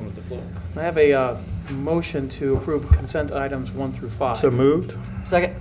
Motion Gorsuch, second Baldwin, that we approve consent agenda items 1 through 5. All those in favor indicate by saying aye. Aye. All opposed, any abstentions? Consent agenda items 1 through 5 passed. Now, consent agenda item number 6, authorize the revised city administrator job description and general procedure for recruitment of a new city administrator. We do not have Alan Abramovitz in the room. There he Oh, yeah, is. he does. He's behind you. He was Can't see behind the, okay, I couldn't see you there, Alan. You're usually sitting over here. Do you have any questions for Alan? I'll let Mark go first. All right. My first, well, 2 things. One, I wanted to have the mayor answer the question that we all received, because I think you're the best suited to answer it since you kind of came up with this process. And 2, I wanted clarification if, when it says that the remaining 3 city council members will have 3, if you were looking for a group of 11 or 17. No, and yeah, there were some inconsistencies on this that I wanted to address anyway, so I'm glad that you guys took it off the consent. So the way that this works is that because of the fact there are COMA requirements that we have to set, we cannot have all members of the governing body sit on the entire interview process unless you really want to have everything happen in a public meeting or in a executive session. So what we did was we said that each remaining council member, besides the council president and vice president, can each select 1 person to serve on the committee, which would be 3 total. Okay, so that was one of the inconsistencies or ambiguities. The second one is when it says Johnson County representative, it's the Southwest Johnson County EDC gets a representative, not Johnson County government representative. Does that make sense? So that's the 2 differences that are in here, and I think that helps to clear up a lot. So we're talking about 11 people total. Okay? Okay. And not all have to be present, by the way, for the first two rounds of interviews. And that's a good segue to my question. I Yes. have a couple of them, sir. Timeline for me is just with that large of a group, and I understand fundamentally what you're doing, and I applaud you. But the timeline versus the schedule. Correct. Looks daunting. So what is the timeline? Well, I believe, and we were given kind of a sample timeline from the folks Yes, at LKM. And I understand LKM, League of Kansas Municipalities timeline. Yes. 160 days, I believe. 120, I'm sorry. 120 days, yes. But after that, where are we at? Well, we hope to wrap this up by mid-March. March. Okay, that's. However, yes, sir. however, we are not going to settle on a candidate. If we need to extend that timeline, then I'm comfortable extending that timeline. That's fair. So that's a good segue. We have to make sure we have the right candidates. I agree wholeheartedly. So what is the interim interim post-March 2019 idea, or we've had we've had some real cursory discussions about it. Okay. Again, it'll be in deliberation between Laura, interim city administrator. We know that she's got a deadline of March 22nd that we have to adhere to, so that's something that we have to keep in mind. And we will formulate a course of action, and we will let the governing body know. There is none right now, but we've had some cursory discussions about it, understanding that the timeline is tight. But we will not be filling that slot with a permanent city administrator until we're all comfortable with that individual. Yeah, I was just looking over the same email that Councilman Baldwin was referencing, just to make sure we got the questions. And I had gotten an email that was asking about, the composition and how it came about and what the point was and what the significance was and what the, in fact, we all got that email, and I responded back with a pretty lengthy email and seemed to assuage that individual's concerns. But what I'm looking for is a process that's transparent and accountable, and one that's inclusive, that we take into consideration, all qualified candidates and make a good decision for the future of our community. This is a very big hire, and it's got to be done right. So, I agree. And if it takes longer than we expect, then it takes longer than we expect, and we'll make decisions on future course of action for a second interim administrator accordingly. So last question, Mayor, and I appreciate your solvency here. At what point do we say, hey, the council hasn't landed on the candidate, and just to be devil's advocate, it's March 1st? Correct. At what point do we bring in an interim in anticipation for Laura's well-deserved retirement? I think that we need to start having a discussion the first week of March. Okay. If we get to March 1st and we don't have a consensus on two or three really solid candidates that we'd be happy to hire any of the three, then I think we need to move towards that second course of action and continue the process of searching. Okay, that's fair. Yeah, thank you. That's all I had. Okay. Anything? Looks like you might have something to ask Dr. Winters. Yeah. Oh, are you done? Yes, sir. Yeah. Yes. I just had a question about the citizens meet and greet and the logistics of that. That it just seemed kind of a. All right, so we're talking about the final round of interviews. So final three candidates. Right. Sure. So let's give an idea of exactly what we're talking about here. So the first 60 days is going to be basically posting the position, receiving resumes, and then what's going to happen is that LKM and their experts are going to score those candidates based on our criteria. Then the selection committee will come through. There'll be a first winnowing down process of those candidates, like the top 10 to 15. Then we will go to what are called Skype interviews or remote interviews, and we will be interviewing those candidates remotely. It's more of a screening interview. Then there'll be a second meeting of the committee to winnow those particular candidates down to the top 5 to 10. Then we'll have in-person interviews with the committee for those positions, and then after that we'll have a final set of 2 to 3 that will be interviewed by the governing body as a whole, and that will be done in executive session. And just to clarify, when you say with the committee and the interviews, that's like the 6 through 8 category, 6 to 8 candidates? And that's the whole committee, so that's the committee. That's well, it's the committee, the president, vice president, yes. the mayor, the 3 appointees, the community. Okay. The community partners, yes. Okay. Absolutely. All right, so that gives you a better idea then of what we're talking about. And so our meet and greets will probably be taking place in February. With the 2 to 3? Right. Hopefully with the 2 to 3, yes. Okay. And then what we'd like to do is be able to have a new person announced or a second interim announced first meeting in March. I see them parallel lines. We're gonna have to be prepared. Yeah, I know. And then at that point we'll start a transition. And actually, Laura's been starting an informal transition this entire time. understanding that she's a short-termer, so. And rightfully so. Yes, exactly. Steve, I'm sorry, one more thing. Are you going to be asking for input from the citizens after the meet and greet? Absolutely. I think that that's important. I think it's important that the citizens tell us what kind of an administrator they'd like to see. So. But the meet and greets with the final 2 to 3 candidates? Mm-hmm. Correct. So there'll be one for each candidate. Okay. And it's very informal. It's not going to be like a. Actually, sometimes they do all of them in the same night, and you move from person to person or something like that. Right. Okay. That might be easier to schedule. I would agree. Might be easier. And then they can compare. Exactly. Well, and there are ways to ask the citizens to kind of score the candidates We have that for you clicker guys to thing, get right? input. We know that we can just Well, I get don't the know if clickers. you'd want it that public. But Yeah, well, you know. We have the clickers. You can put sticky dots on the person. Oh, I like the sticky dots on the person. That is a great idea, Lee. That guy's brilliant. Okay. All right. Did I answer your questions? Okay. Anybody else have any questions on this process? I think it's good that we have this discussion, just so we clear up the air on some things. That was all I was really asking I didn't really for. have any questions. I've never been a good follower, and I thought that would be my good time to jump in. and do it. Any questions about the job description itself? When do you want the appointees, Mr. Mayor? I'm sorry?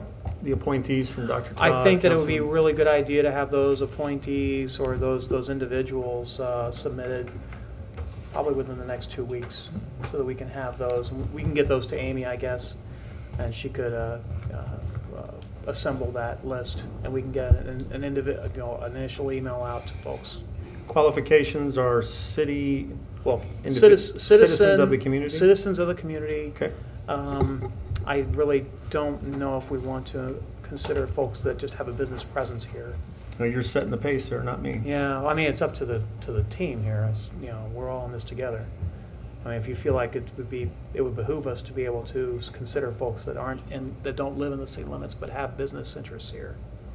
I don't have a problem with that. I mean, if they have a significant, if you feel like they're a good candidate. Huh? Just my personal opinion. It's you guys' person to choose, so I'll just let you go with it.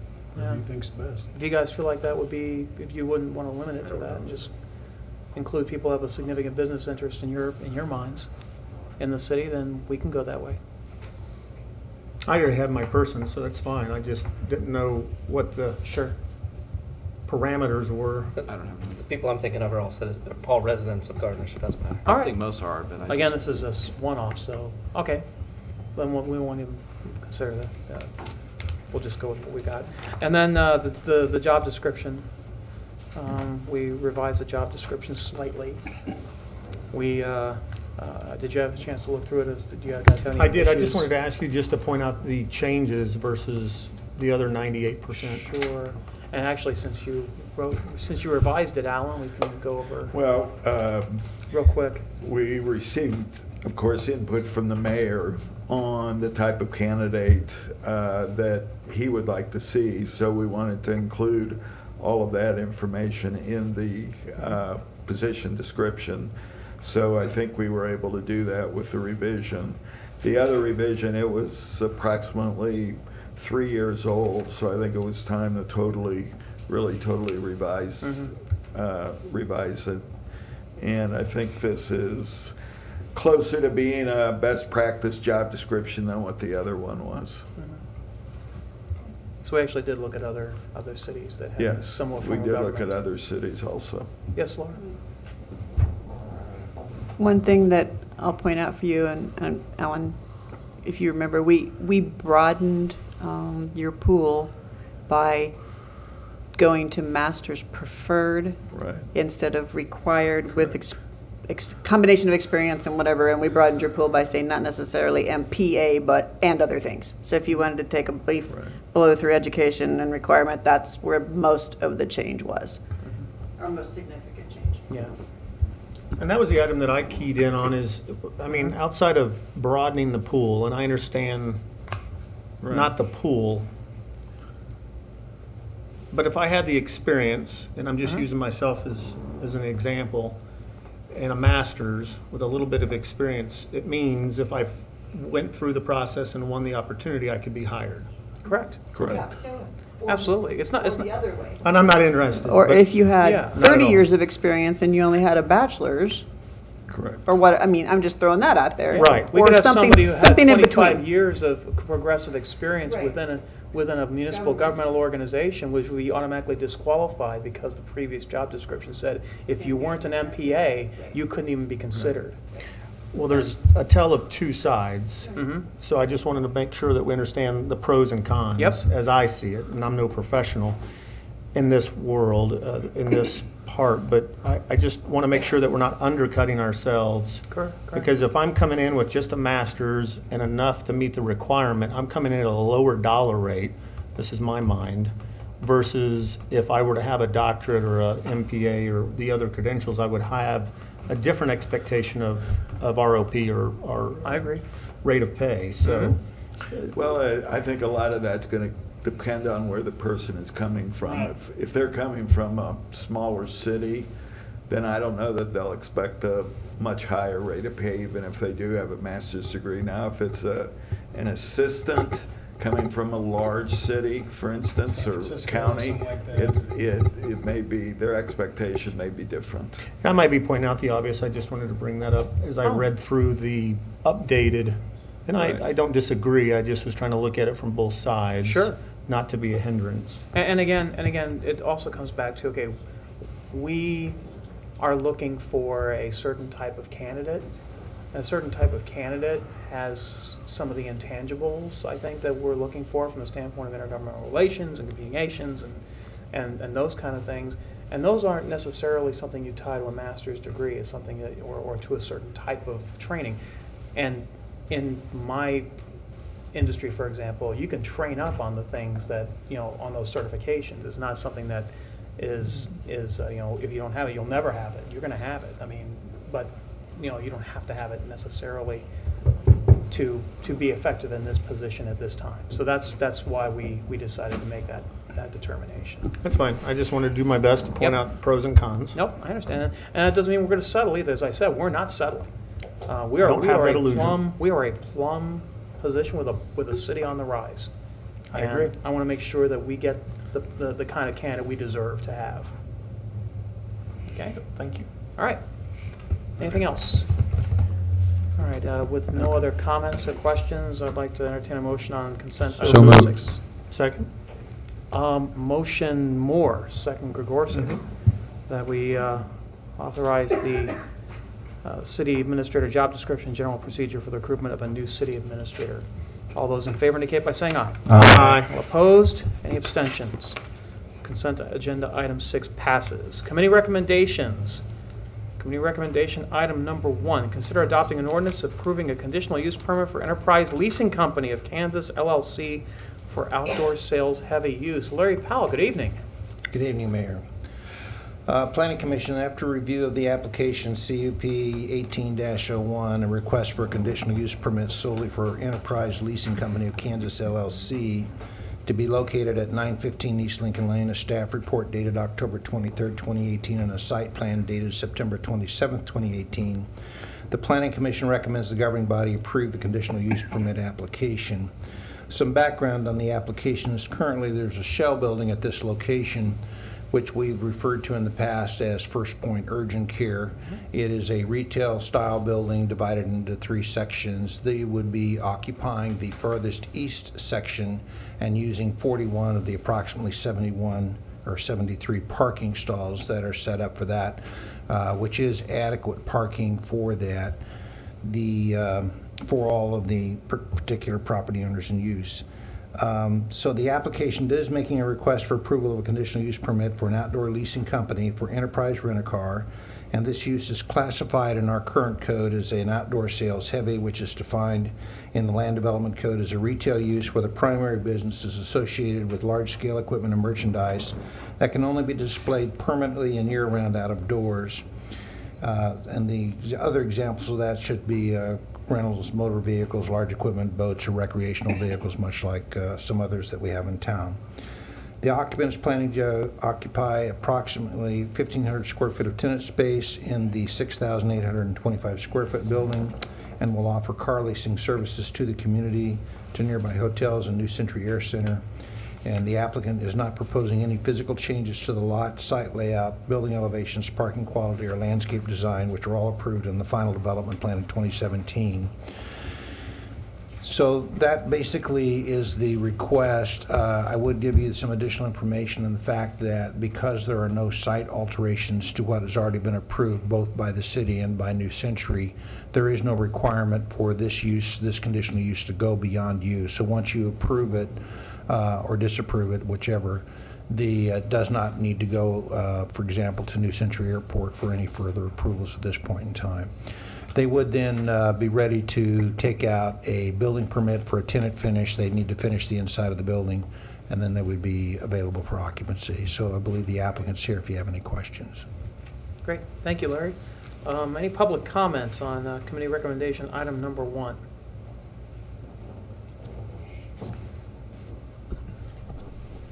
And please state your name and address for the record.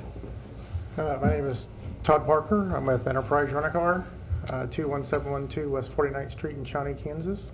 So just want to say we're excited for the opportunity to be here in Gardner. We have a spot. We have locations in Olathe that currently service the Gardner area, and it's 15 minutes round trip to pick up a customer and take them back. So it'll be a nice, easy trip for our customers here locally. We service right now. We also service the New Century Airport. And it was kind of funny they talked about Ride KC earlier because we have a rideshare program as well, and we do partner up with some of the cities that do that process as well. So that's it. I'm personally excited. It saved me a trip to Olathe. So, yeah. Thank you, sir. Appreciate it. Anybody else? All right. Questions for either the applicant or for Larry on this recommendation? I just wanted to say thanks to Larry. I asked him, I don't know, 2 or 3 questions specific to this, lighting, New Century Airport approval, and some detention, retention questions, and I appreciated him answering those. Is a conditional use permit tied just to, I read something about this in there, is it tied just to Enterprise? In other words, if they vacate the building, is the permit still applicable to whoever wants to? Conditional use is good for a short period of time after the applicant would believe for a similar use, but after 6 months that would evaporate and go away. Okay. I'm sorry. Yeah, I believe that this CUP had attached as a condition of its approval, at least from the recommendation that came from Planning Commission, that be tied to Enterprise. Okay. Oh, thank you. I think Commissioner Gardenshire added that. Yep. If I remember right from the video. Yep. Okay. But generally, Larry's right, but this one has a express stipulation. Very good. Okay, super. All right. Any other comments? If not, I'll entertain a motion on committee recommendation item number 1. Second. Motion Gorsuch, second Baldwin, that we pass ordinance 2594, an ordinance for approving a conditional use permit on certain lands located in the city of Gardner, Kansas, under the authority granted by Title 17 of the Municipal Code of the City of Gardner, Kansas, CUP-18-01. City Clerk, will you please call the roll? Councilman Baldwin. Yes. Councilman Gregorczyk. Yes. Councilman Melton. Yes. Councilman Moore. Yes. Councilman Winters. Yes. Ordinance 2594 passes. All right, committee recommendation item number 2. Consider a recommendation to the City Council to move forward with the private infiltration and inflow program as part of the inflow and infiltration study and analysis project number WW1706. Gons Garcia. Good evening. Good evening, sir. Last year, March 5th, this year, March 5th, 2018, the City Council awarded a contract to Trek Group for the study analysis the wastewater system to determine where the excess flow within the collection system occurred. Since 2003, every wastewater master plan has recommended implementing an I&I program, and we finally, with the help of the City Council, we did that. So we have, we're approaching the end of phase 1 of 2 of the program, And we have a brief presentation to give you what was identified during phase 1 and 2. And then we would like to move forward with the third stage, which is developing a I&I reduction program that includes a private I&I program. So I'd like to invite Lucas Gillen. He's with Trek Group Design Group, and he'll give a update of the I&I program. Great, thanks, Scott. Give me Lucas. Good evening. I get my bearings here. Okay, as Gonz alluded to, we started this I&I program, or the study, last spring, and kind of give you a background on what the problem was. Basically, when we get a bunch of heavy rains, we get a lot of rainwater in the sewer system. We call that I&I. And what that's doing is Scott and his team down at the treatment plant are experiencing significant flows that they're having to deal with and treat during those times. So the purpose behind this program, obviously, when we want to reduce, if we can reduce the flow down at the plant, we can reduce the O&M and the treatment cost. That's a plus. And then also we want to be inspecting and looking at the collection system and extending the useful life of those assets. There's a few large capital projects that were laid out in the master plan. However, with I&I reduction and some of the collection systems improvements that we can make, just rehabbing and extending the useful life of the system, we can maybe delay or put some of those large CIP projects on hold, which would be a benefit. And obviously, protecting the human health and environment. Basically, we want to keep that sewer in the pipes and in the plant. We don't want it overflowing and spilling into the streets when it rains. So when we started the project last spring, let's see here.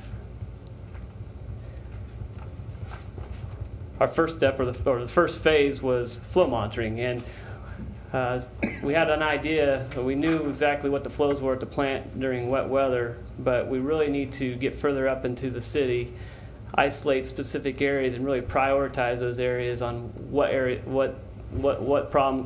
are giving us a fit. So what we do is we put flow meters all over the city, and we can see how they react to rain events, and then we can put those in our list of our order of projects that we want to do to tackle this I&I problem.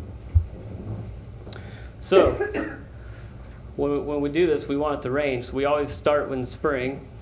Well, it didn't rain in the spring. And as you know, it was very dry. Water restrictions were actually discussed on July 19th. And so what we were able to do, we really worked with Gonz and Jeff and their team. We really tried to stay lean, and we extended that 60-day period to 90 days and still stay within budget, which was good. So again, those next 30 days, it still didn't rain. So we had to extend the metering. And summer went along, and we were getting pretty discouraged. And then October came along, and if you can interpret this hydrograph here, you can see the true definition of an I&I there in October, where you see that spike. Mm-hmm. This is what we were looking for, and we couldn't have asked for a better stretch of wet weather data, and it'll be a great foundation for the long-term I&I program, and really laying out a smart plan that we can target those problem areas first. So what we did was we broke down all that data, and we prioritized these areas, and we identified the first basin that we want to tackle first in this first year. And no surprise, it was kind of this downtown area that we're in right now. Typically, this is your oldest sewers of town. We expected to see, clay pipe and old brick manholes that are probably constructed way back when, and those are usually the culprits of I&I. And here's a hydrograph of that specific area, so you can see the problem when all those little spikes are when it rains, and that's when we're seeing the high flows at the plant. So our next steps will be to go ahead and start some of our inspections in this area, and so we typically start with manhole inspections. You'll see our crews out opening up the manholes and doing a condition assessment. And we also do smoke testing. Basically, we put pressurized smoke in the sewers, and where it comes to the ground, we can see that's where rainwater is getting in. So sometimes we have storm curb inlets that are directly tied in to the sewers that we need to take offline and things of that nature. We typically need a smoke test when the ground is dry during dry periods. So not sure if we'll get that in yet this year. We may have to wait until we get a little bit dried out before we take out those or carry out those tests. So that really deals with the public sector components of the collection system and where we're looking for I&I. We're going to move a little bit into this private I&I topic of discussion, and that's what we're asking for to move forward with. And a lot of the I&I programs today, we call them modernized I&I programs, have a public and a private sector component to that. And I'm going to let Ron Thoman talk a little bit about private I&I programs and some of the examples that other cities are doing around here and how they could benefit the city. Thank you, Lucas. Well, I'll talk a little bit more about private I&I. It's exciting stuff. I've been dealing with private I&I for over 30 years, and it is quite the challenge. But what we have found in our industry is that if you just deal with the private or the public side of the system, the pipes and the manholes, it's not really cost effective to reduce the I&I. And we don't necessarily look at the private side of the system as part of the whole entire system, when in actuality it is.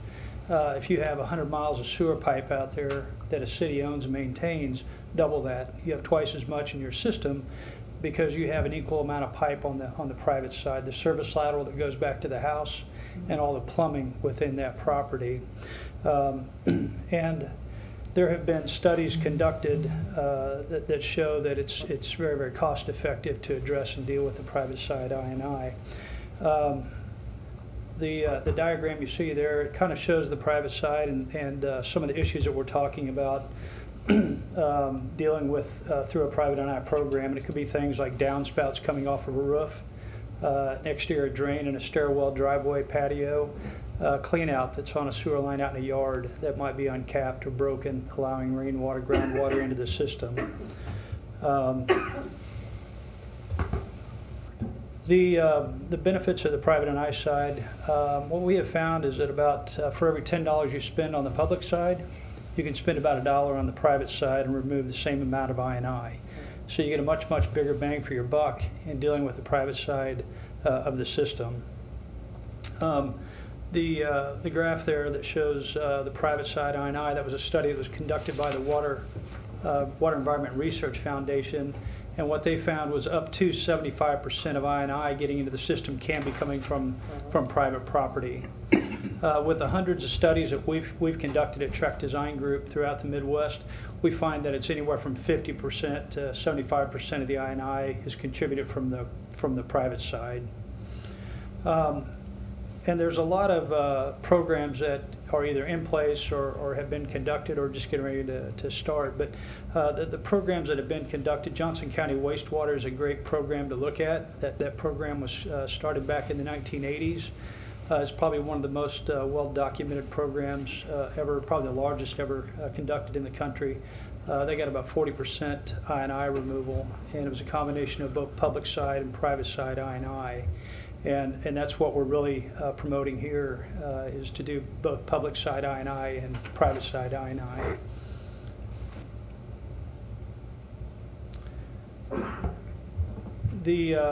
And again, the combination of dealing with cost-effective public side I&I and also private side I&I will give you the best results, and that's what we found. That's what the Water Environment Research Foundation, the conclusions that they came up with. There are other programs locally. Lawrence, Kansas, as well. They're probably in phase 6 of their program. And they're getting tremendous results, very similar to what we're proposing here in the city of Gardner. Johnson County Wastewater, again, they started their program back in the 1980s. They are in the process, and they've done some private I&I. That program finished up in the early 1990s, and they've dabbled in private side I&I since, but they're in the process of starting up another program within Johnson County Wastewater as well. And there's an opportunity for a partnership with Johnson County Wastewater if we move forward on this. Kansas City, Missouri has a large program in place right now dealing with the private side I&I, Belton, Missouri, and then again Springfield, Missouri. And what we've been extremely involved in every one of these programs, all the way from setting them up through implementation of them. And what we're proposing here is very similar to these programs, very similar process. So the private I&I program is just kind of basic how these programs work. What we're proposing is to that the city contracts with plumbing contractors that are licensed in the area, but the city or Trek staff, we would partner up and reach out to the property owners through public outreach programs and letters, trying to educate them on the I&I problems and issues. And we're also proposing a voluntary program instead of a mandatory type program. We found much better results when it's voluntary versus mandatory. We'd contract with some plumbing contractors, and again, the idea would be to look at plumbing contractors that are licensed here in the city, with a preference for those that are located right here in the city of Gardner. Try to keep the money local as much as we can. We'll schedule appointments with the property owners with the understanding that a lot of people work from 8 to 5, that there'll be appointments scheduled before and after those hours and on weekends to accommodate property owner schedules. The inspections, we would like to call them evaluations instead of inspections, because we're really just evaluating the plumbing on their property. They take about 15 minutes. It's a process of looking at the basement, crawl space area around the outside of the house, and then asking the property owner some questions about historical problems with sewer backups or drainage. We'll be looking for sump pumps, downspouts, again, everything on that private side that might be contributing rainwater, stormwater into the sanitary sewer system. And again, the city would manage a list of licensed plumbing contractors, and we typically, what we like to do is set up unit rates so that we have a base rate that the work gets done at, that the plumbers agree to. Makes it run much smoother that way. And then we're also proposing that the city pay for the repairs on private property.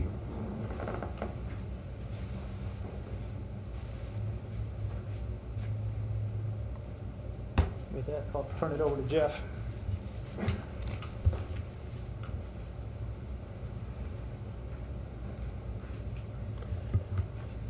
So right now we're at the stage of the program where we need to make a decision on where to go with private I&I. To do a voluntary program, to do a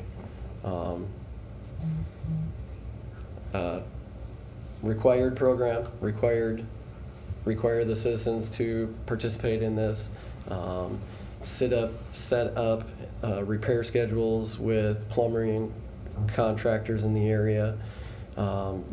Like previously stated, there's a chance to work collectively with Johnson County Wastewater on implementing that portion of the repairs.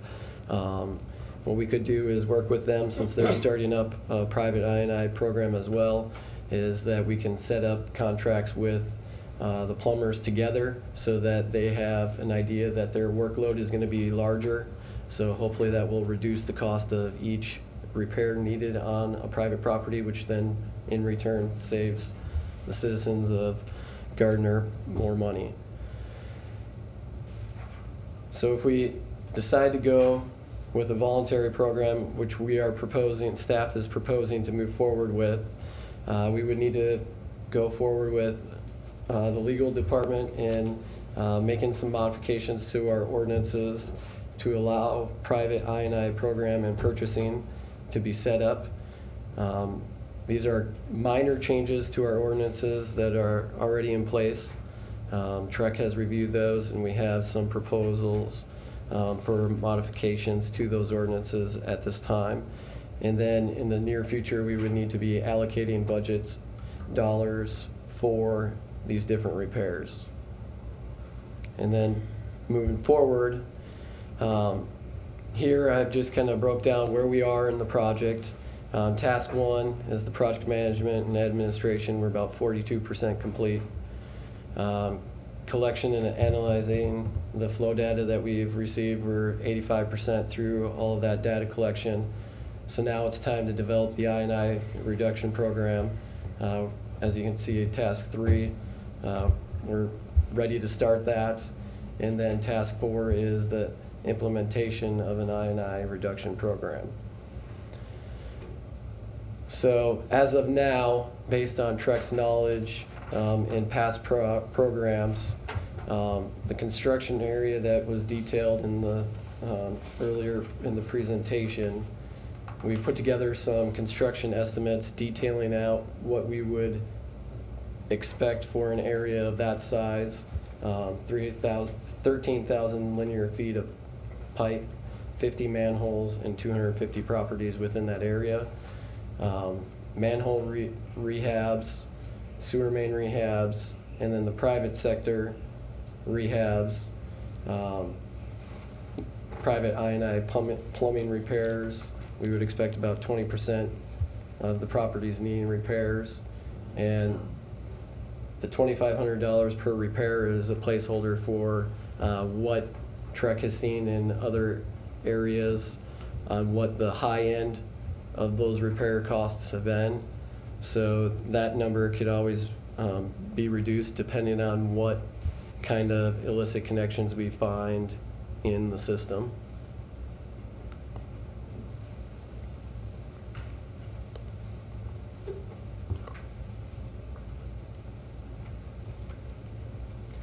So like we have put in the Council of Communication, and we're looking for direction on moving forward with a private I&I program. In which way, in what manner would you guys prefer to do that? That'd be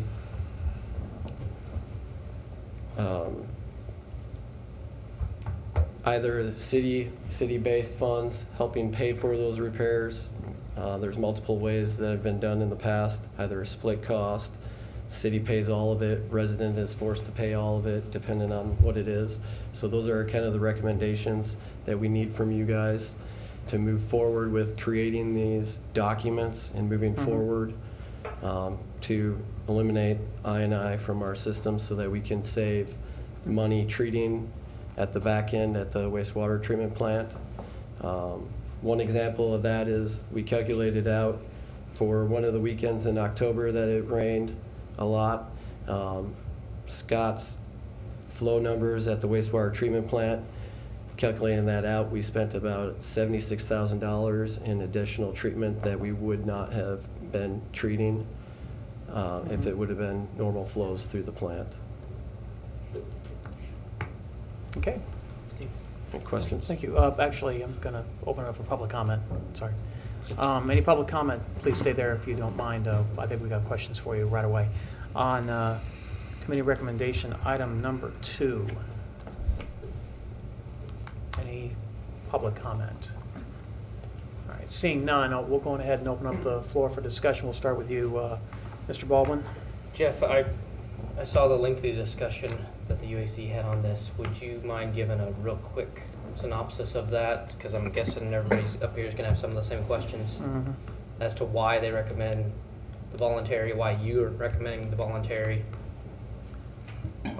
on the private side. We've been involved with programs where they're mandatory.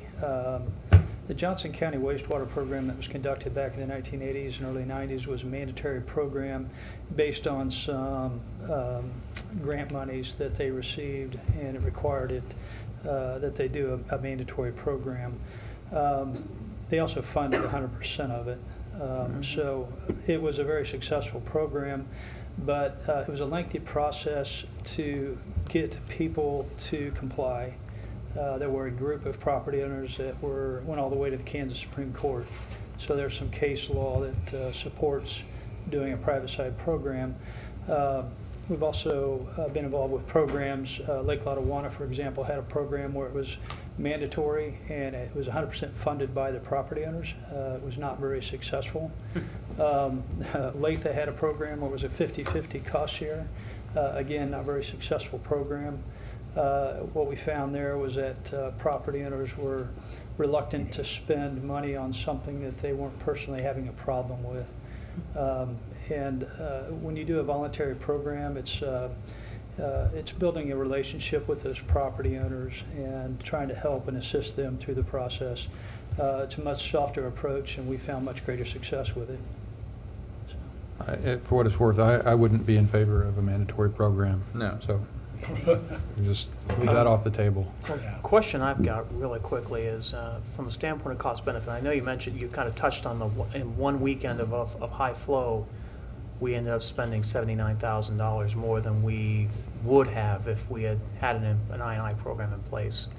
I know that what we were talking about here was, I don't know if you could go back to the budget. 359. Yeah. Mm-hmm. So we got a $359,000, but let's just take the private portion of that, because I think that's what is going to be a question that some of the folks on this dais have, which is why city funds should be used to pay for private improvements on a private piece of property. And you're talking about $125,000. However, that one weekend of infiltration pretty much sucks up 2/3 of that cost. So I think that from the standpoint of cost benefit, it kind of makes sense. But I'll just let you guys speak on that. Just give us some. Am I reading this right or wrong? Or? No, I believe you're reading it right. Really what it comes down to is that all of these repairs, if we went back to the to that study slide, the water right here, the red portion is what this study has shown is part of the sewer lines and manholes that are in existing systems within our entire country. The private I&I is 75% of that piece of pie.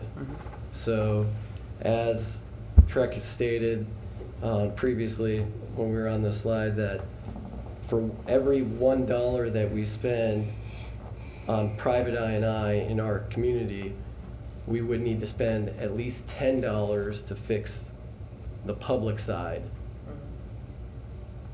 So therefore, you're getting a lot more bang for our dollar. And the area that we're looking at is really our low-hanging fruit.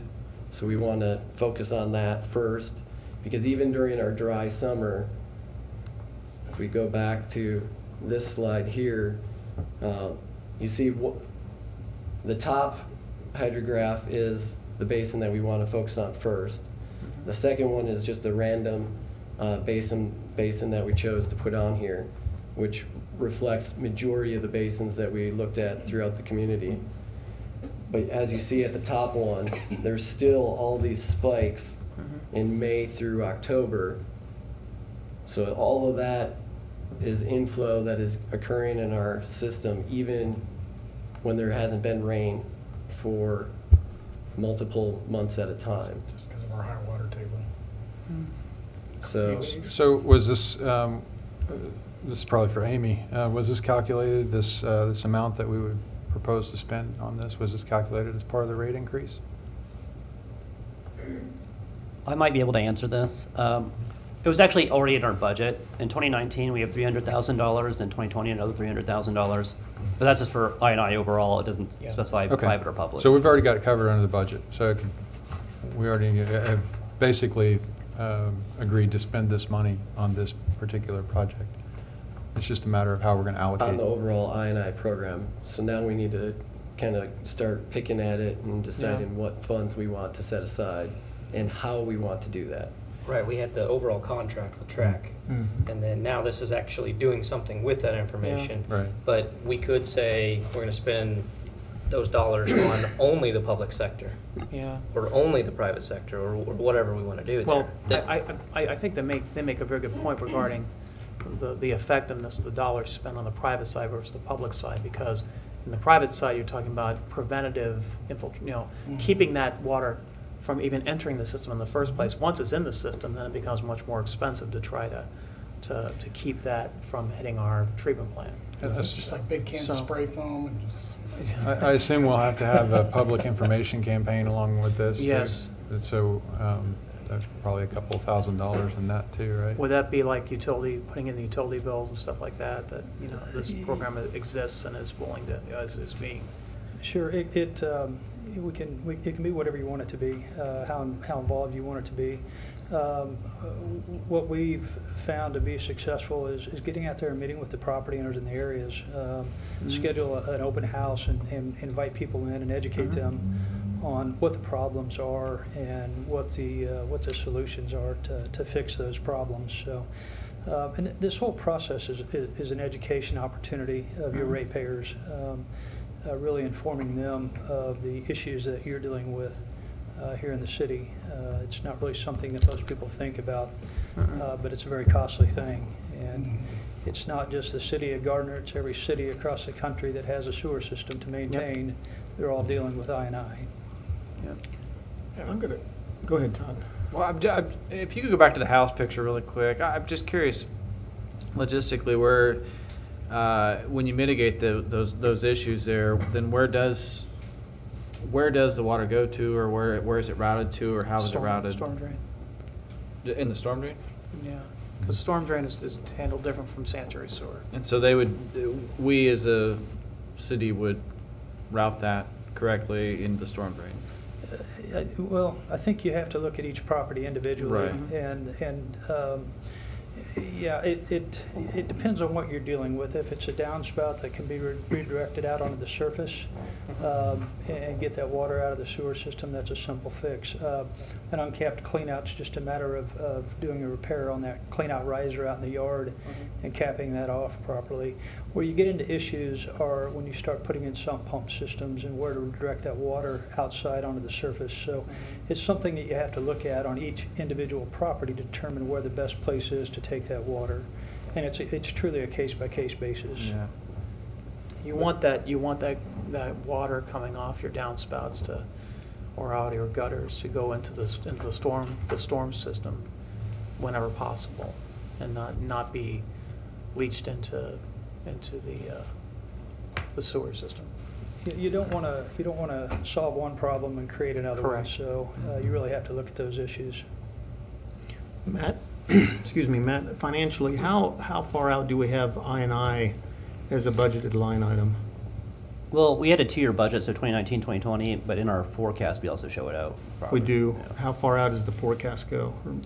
I'm not sure if the actual rate study was based on our multi-year forecast, but it goes out probably like 10 years. Okay, that's what I thought. And then for Trek, what's the participation rate need to be of the residents to make this a viable investment on behalf of the city, if it's voluntary?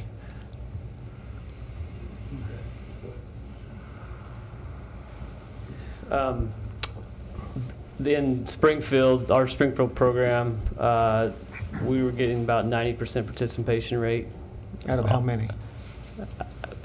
So we take a basin by basin approach. So okay. that those first few basins, 90% of the property owners participated in the program. Like 500 homes?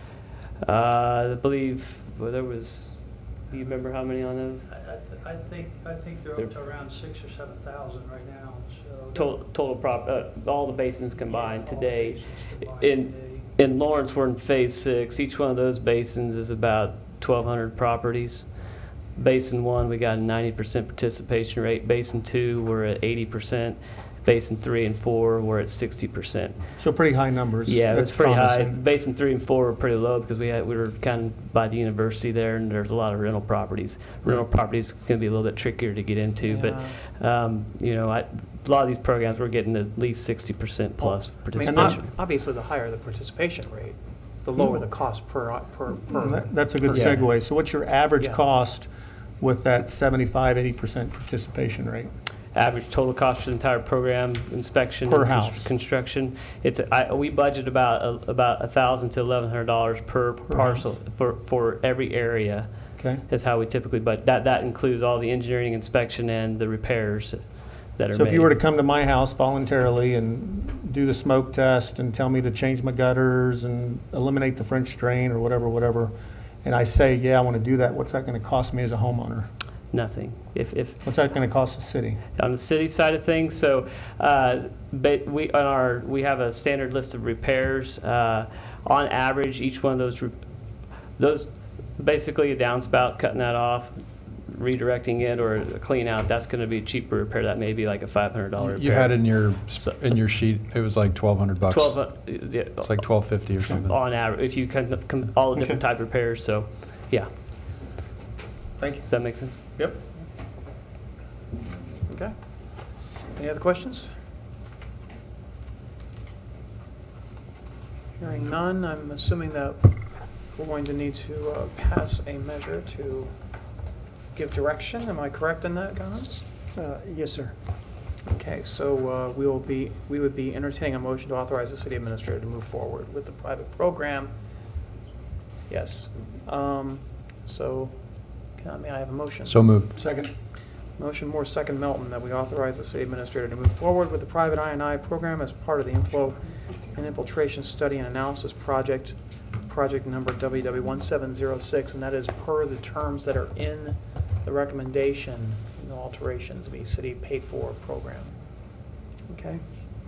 All those in favor indicate by saying aye. Aye. All Aye. opposed? Any abstentions? Committee recommendation item number 2 passes. Thank you, Gons. Committee Thank you. recommendation item number 3. Consider authorizing the city administrator to execute a contract for the construction of the South Lift Station Storage Tank Construction Project, project number WW1809. And Gons, you're back. Yeah, this project is part of a CIP, and basically over the past several years, we had problems maintaining the flow into the South Lift Station due to stormwater, heavy rains.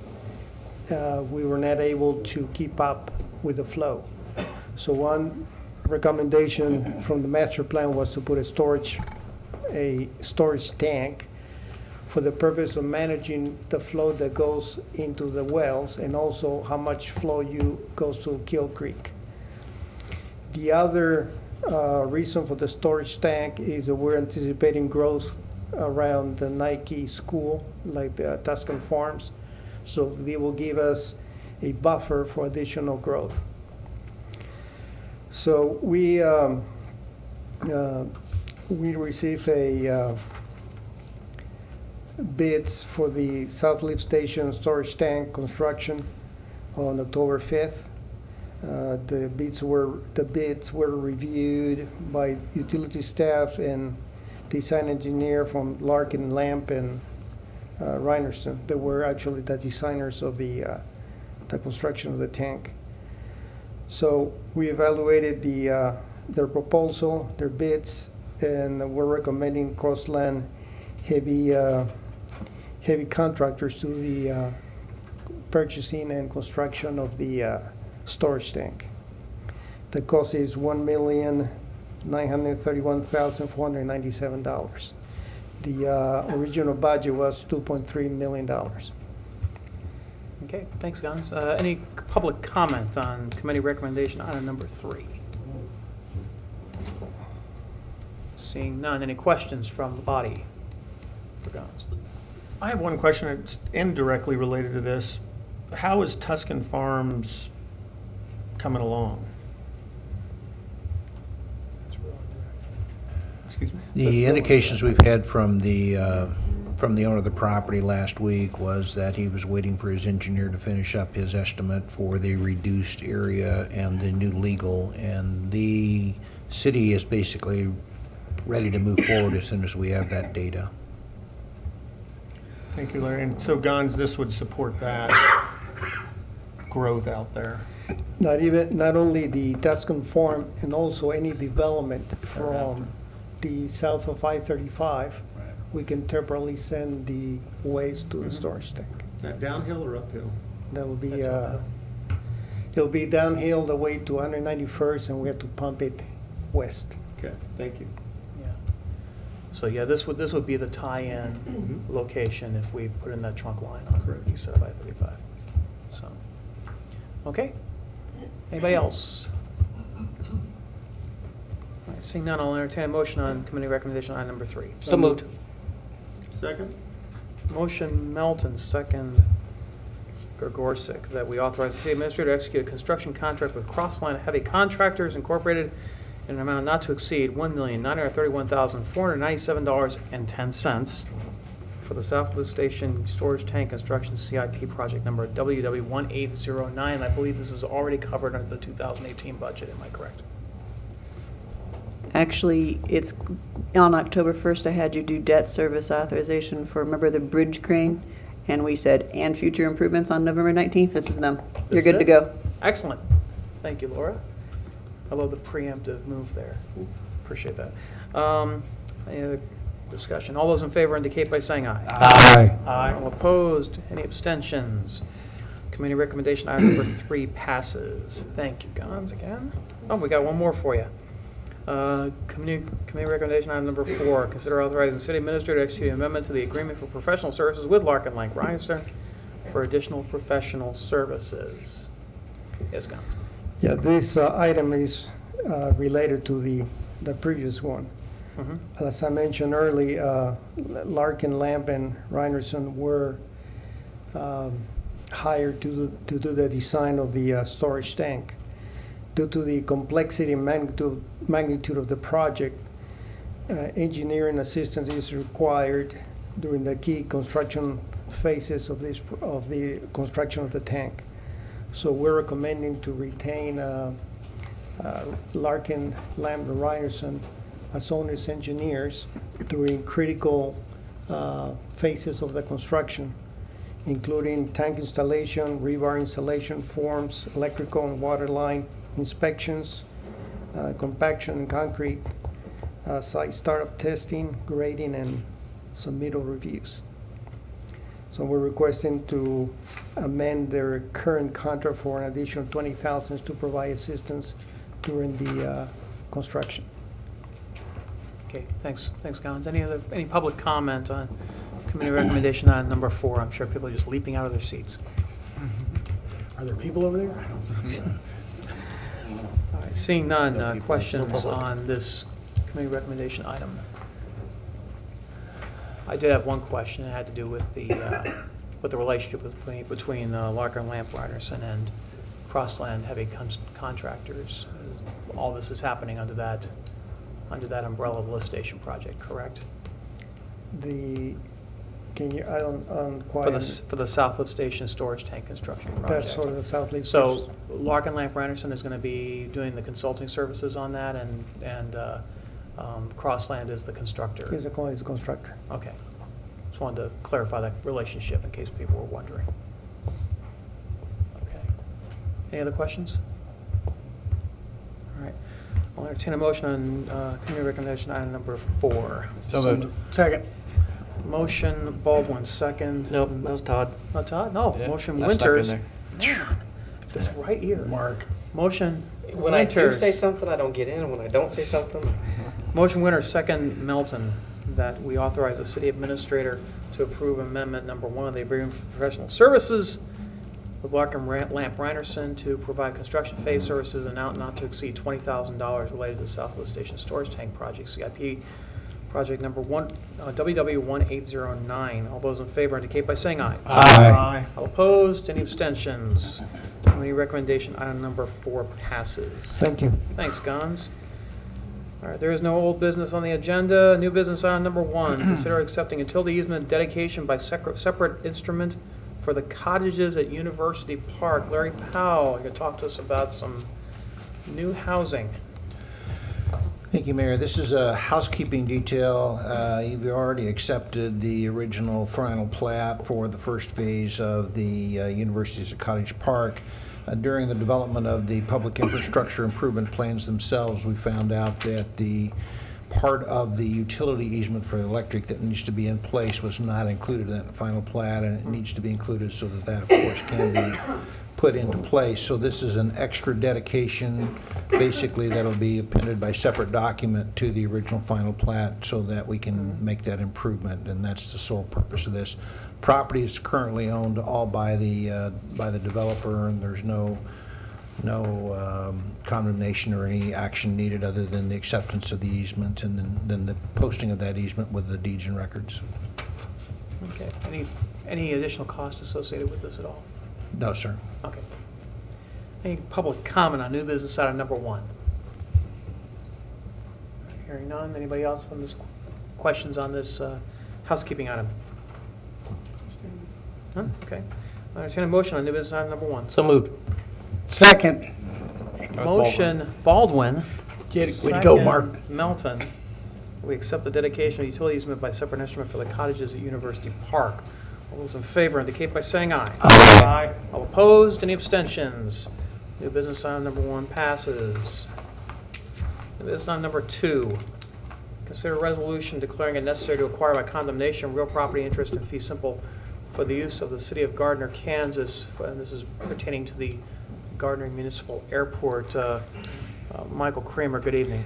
Yeah, again, good evening, Mayor and Council.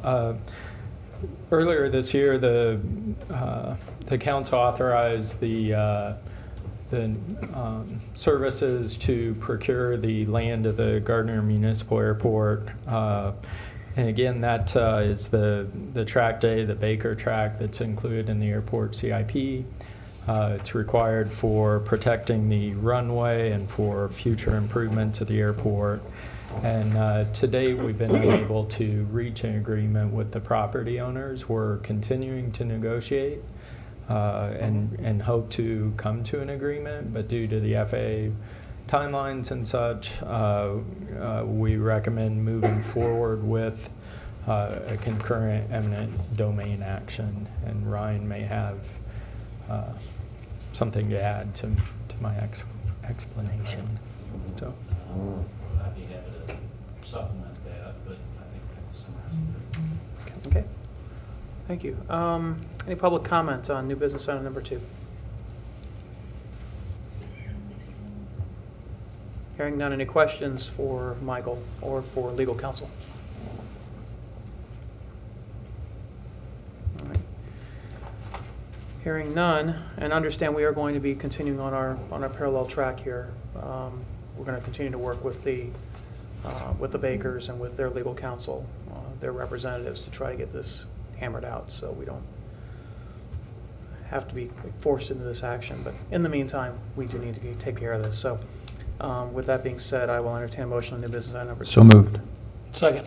Motion Moore, second Melton, that we adopt resolution, I believe it's 2003, is that correct?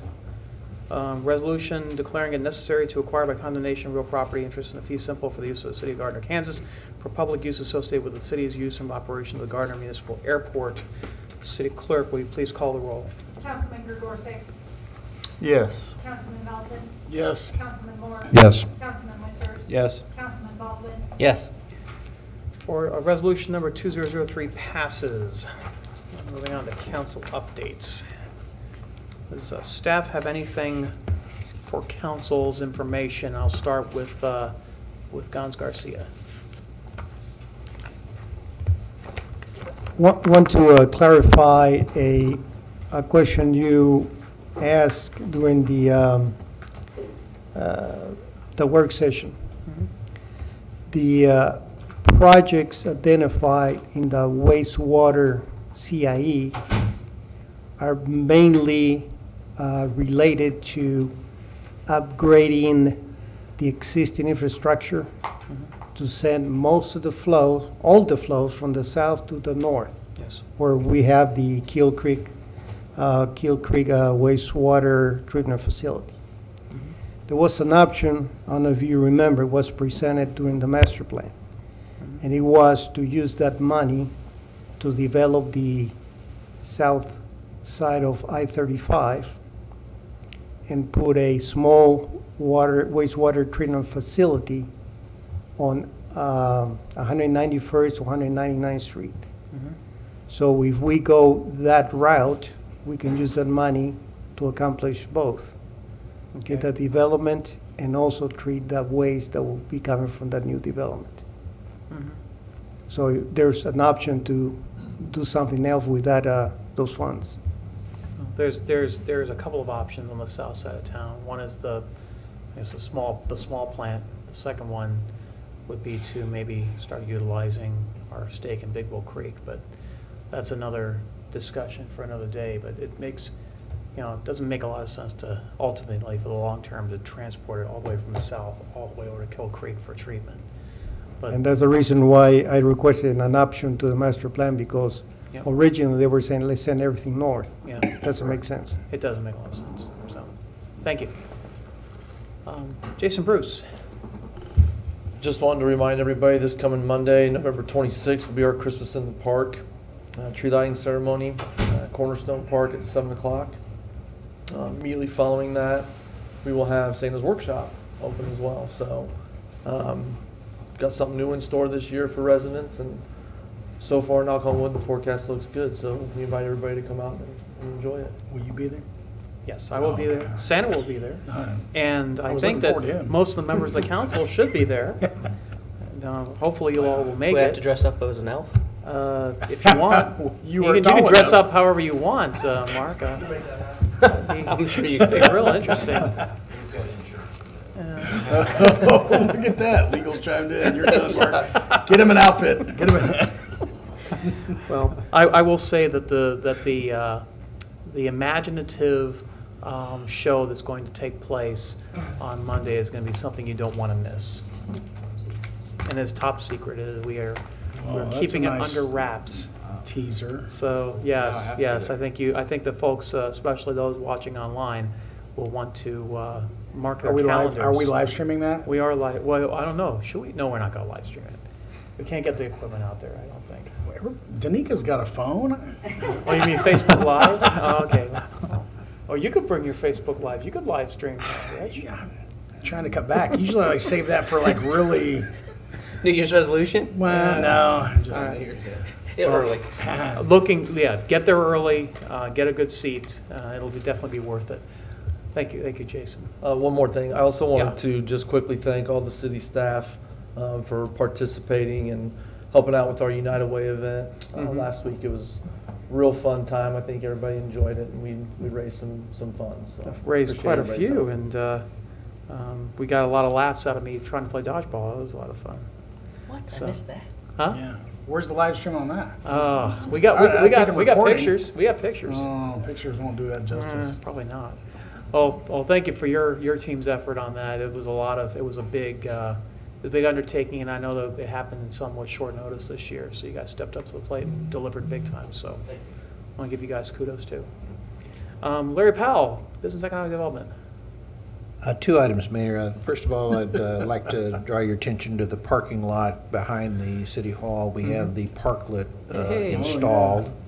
It's not quite finished. We have some small buttoning up to do to make sure that it stays together where it's supposed to, and we have some canopy items that have yet to be installed on the top and the back of that, and then there will be some additional decorations and so forth. But it'd be a great place to sit and watch this show that's going to happen Monday night. So I think so. if you come early, you'll have a good seat there. So appreciate that. The other thing is earlier this evening, we had we facilitated, the planning department facilitated a subdivision meeting with the Fairfield subdivision neighborhood folks. There's been a effort on the part of the property owner to decide to change the zoning on the remaining part of the subdivision that's not been constructed since 2007. And we had about 40-some folks in there that were interested in what's going to be planned for that. And as a result of that, I think we'll probably have a pretty good turnout at the Planning Commission meeting, which is next Tuesday, the 27th at 7 p.m. in this room. So there was a lot of interest. There was a lot of conversation. The majority of the conversation, basically, though, was filtered around a couple of things, and that is the main one being that there's not a site plan that's been offered with the zoning, and therefore there's some concern with what actually might be built. The property owner took that into consideration tonight and is thinking about his options at this particular point in time. So I just wanted to thank the people that came and took time out tonight to attend that meeting, because it was an important meeting, even though it wasn't an official public hearing. It was an effort made by the property owner and by the city to try and be proactive and get the word out about this particular project to the neighborhood, so they had an opportunity to ask questions of the developer and get some input to that individual. So that's about it for right now. Yeah, well, I appreciate that, and I know that the homeowners that were out there appreciated the fact that the city facilitated that and got the groups together before a public hearing.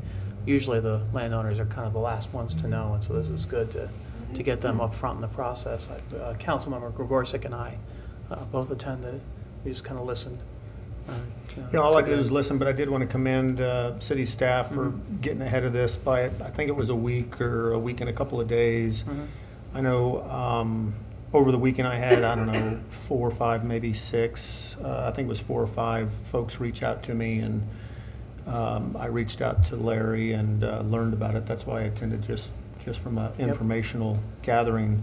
But I do applaud the city staff for proactively getting in front of that, because I think, well, I know that the community out there is very concerned. So thank you, Larry and staff. All right. Public Works, Michael Kramer. I had a quick update on I-35 and Gardner Road. And I think, Amy, can you go ahead and pull up that PowerPoint? Yes. It's coming up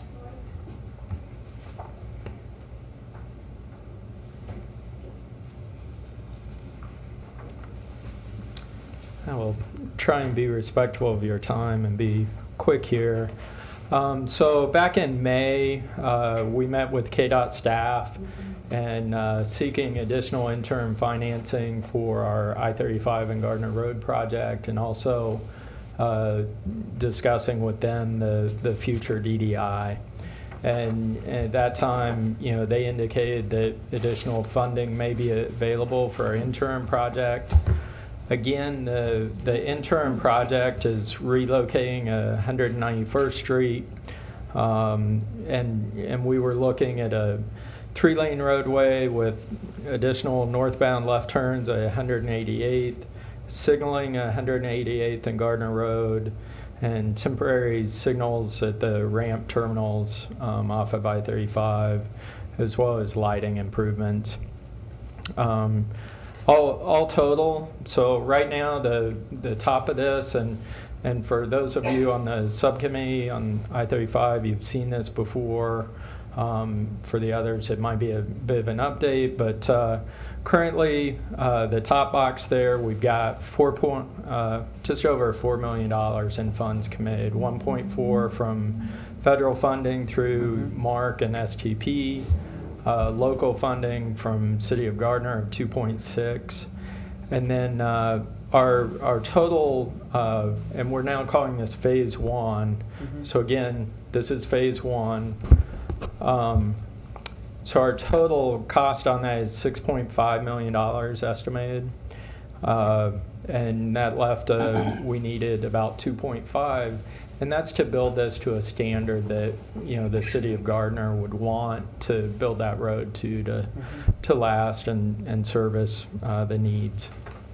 Again, so I'm really happy to say that KDOT has committed 2.51 additional to the project. And we've known for a while that they were planning on it, but we didn't want to announce it publicly until we had it in our hands. And so we have the project authorization signed by the Catherine Patrick, the state transportation engineer. So that's really exciting news for the city.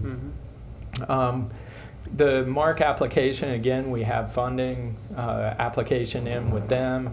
We're at the top of the list for $6 million in funding for the next phase of the project. KDOT, in the last month or so, has selected their consultant to do the design of our future DDI. And so They're moving forward with that, and in their scope, recognizing that we had those bridge funds coming through STP, they're including, you know, the next phase of our project in that design. Hopefully, again, this will lead towards additional funding on the project. So, little quick summary here. Mark, $6 million. KDOT design of $1 million to $1.5 million.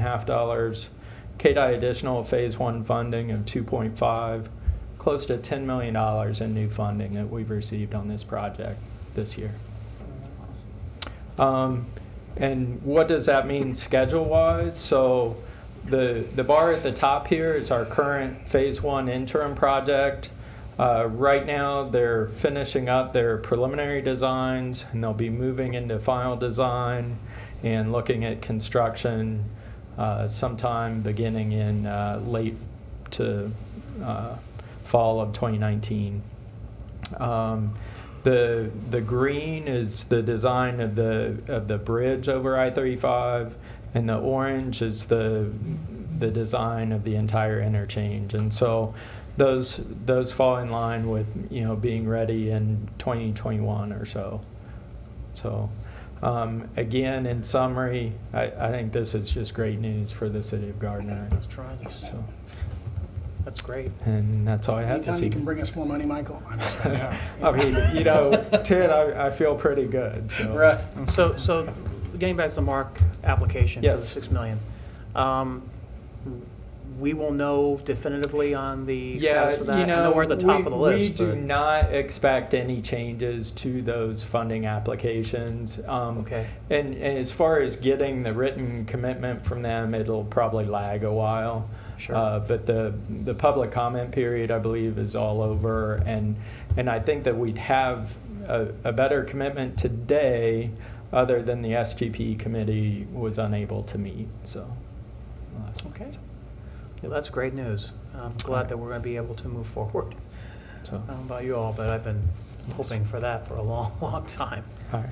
Thank you. So, thank you. Thank you very much.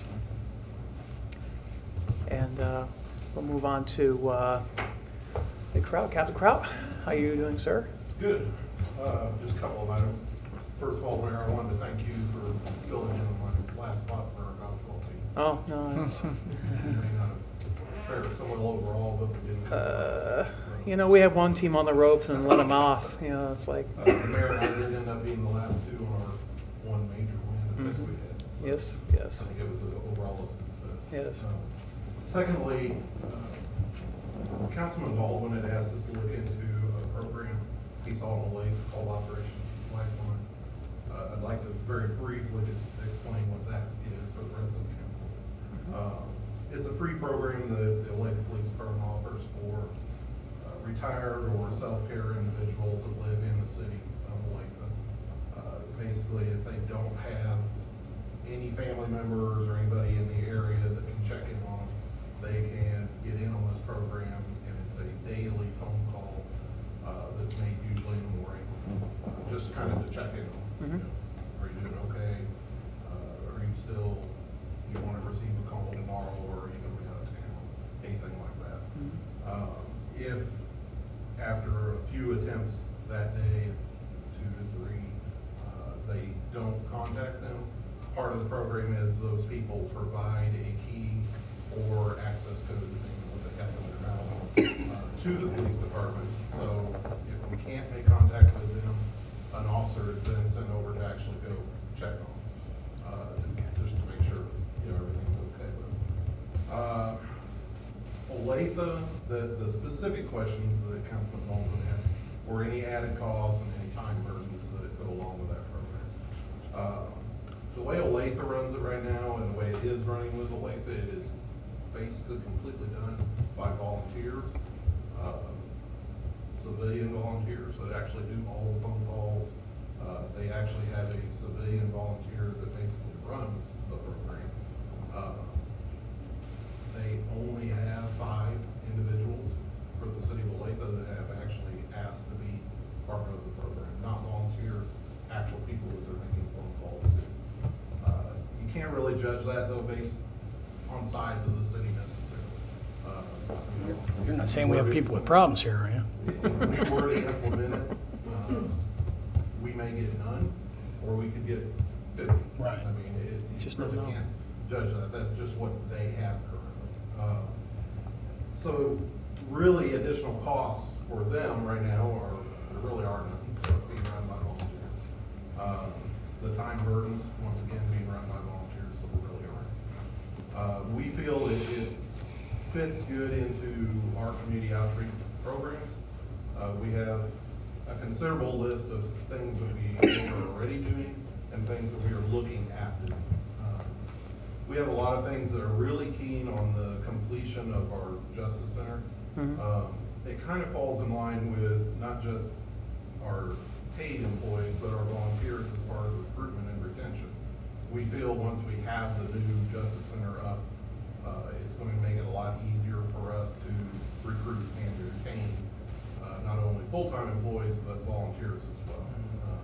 I believe most, if not all of you have spent some time in our current building, and quite frankly, it's very hard to recruit anybody who wants to come sit in our building or do anything like that. So we feel that this particular program, we may not be ready to implement immediately because we really, to keep those added costs and the time burdens in line, we really feel we would need to reach out and develop the volunteer side first. So we would really like to include it in our list of things that we are looking at after we get our new Justice Center in place. Okay. Would it be a good idea to maybe look at implementing that, or, starting the process now, of looking for those people, but then do kind of a big rollout at the same time we do the Justice Center grand opening? Because then there's a lot of press around that, so people would probably be. And that's what I say, we actually have several programs that we're looking at. And as well as the community outreach, we're really looking forward to that new facility to be able to host some basically nationwide programs as far as training that are offered not just to our officers, but to the outside officers, to other agencies.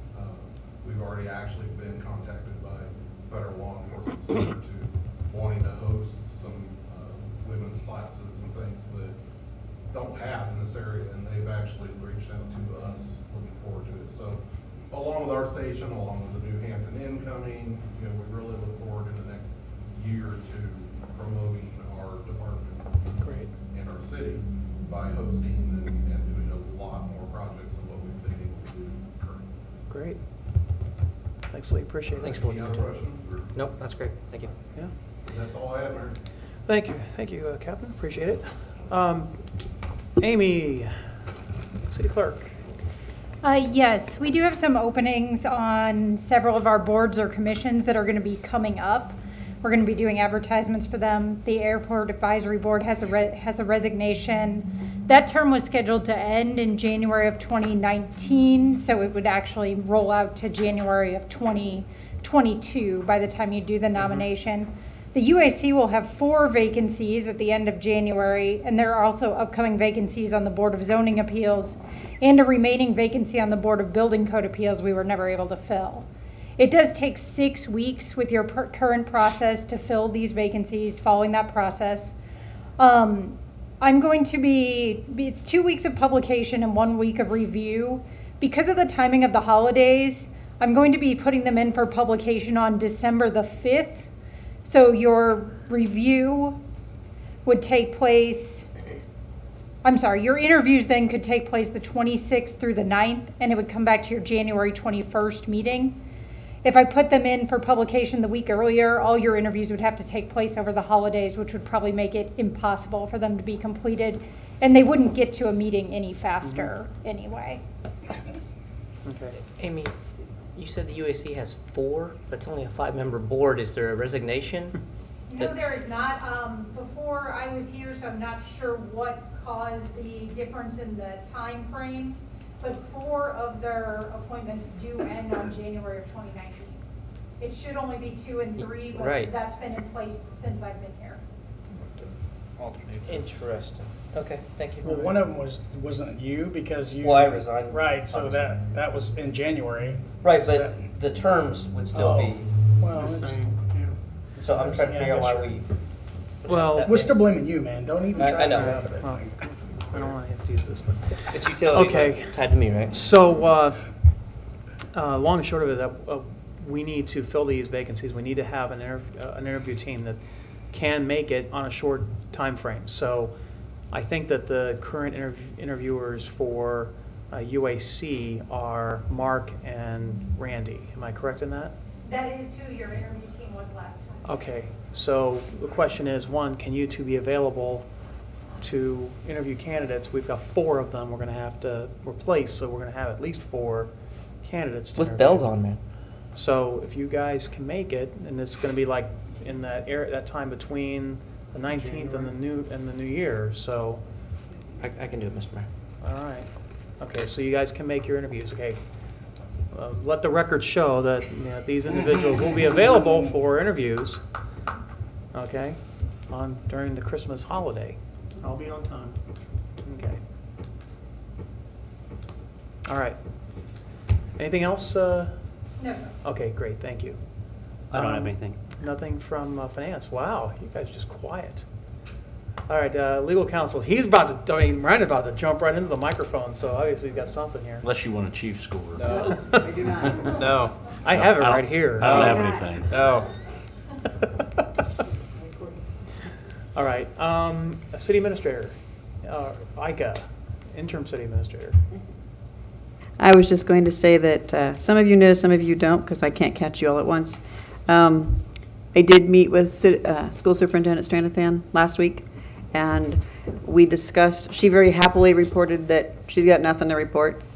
She is perfectly fine with all collaboration on all aspects of our 2 entities. Great. And she and I will be getting you all together again for some interaction after the first of the year. Great, thanks. Not sure what we'll talk about, so she's happy, but Seems like a social call. could be. That's good too. Water. Water, yeah, we might be talking about water.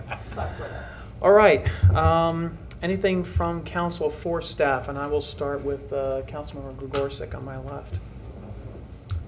Thank you, Mayor. I only have one thing. I attended the Joint Legislative Transportation Vision Task Force testimonial, and Michael Kramer, I thought, did a phenomenal job. I know the mayor attended the November 7th. I don't exactly know what it was, more of a It was a meet and greet. reception. Reception. Yeah, it was a reception for the Okay. Transportation Committee. So I'm glad you laid the groundwork for Mike to come in and close the deal. I think we learned some valuable lessons as Overland Park showed us. I won't go into great detail, but we did learn some good new BKMs. Like take the time when, or take more than the time than you're allotted? if Well, you- they just had a long list of developers and supporters. So I Of think course. moving forward, we should maybe consider our chamber and our Southwest Johnson County EDC partner and some beloved residential and commercial developers and get them on the list maybe next time. But I think Mike did a phenomenal job riding solo. I think he spoke well. I was just real happy to be a part of that. I was just in the peanut gallery, and I learned a lot, and I just want to say thanks for the staff that supported Mike, and then I want to say thanks to Mike for delivering the message, so I appreciate you. Great, thanks. Rich Melton. I just wanted to kind of dogpile a little bit on what Captain Crowd said about intergovernmental agency, other agencies. So, DHS was here this summer with active shooter stuff with the school district, which I was able to participate in. And they were so ecstatic about, how things went and everything that happened here. They have asked to come back and do something else with the Gardner Police Department, which is exciting to me because out of all the agencies around here, they're having us, do that and put us really at the forefront of getting everything done. So I was pretty excited to hear that. So, and then I just wanted to wish everybody a happy Thanksgiving and try to be safe and don't eat too much. You look like me.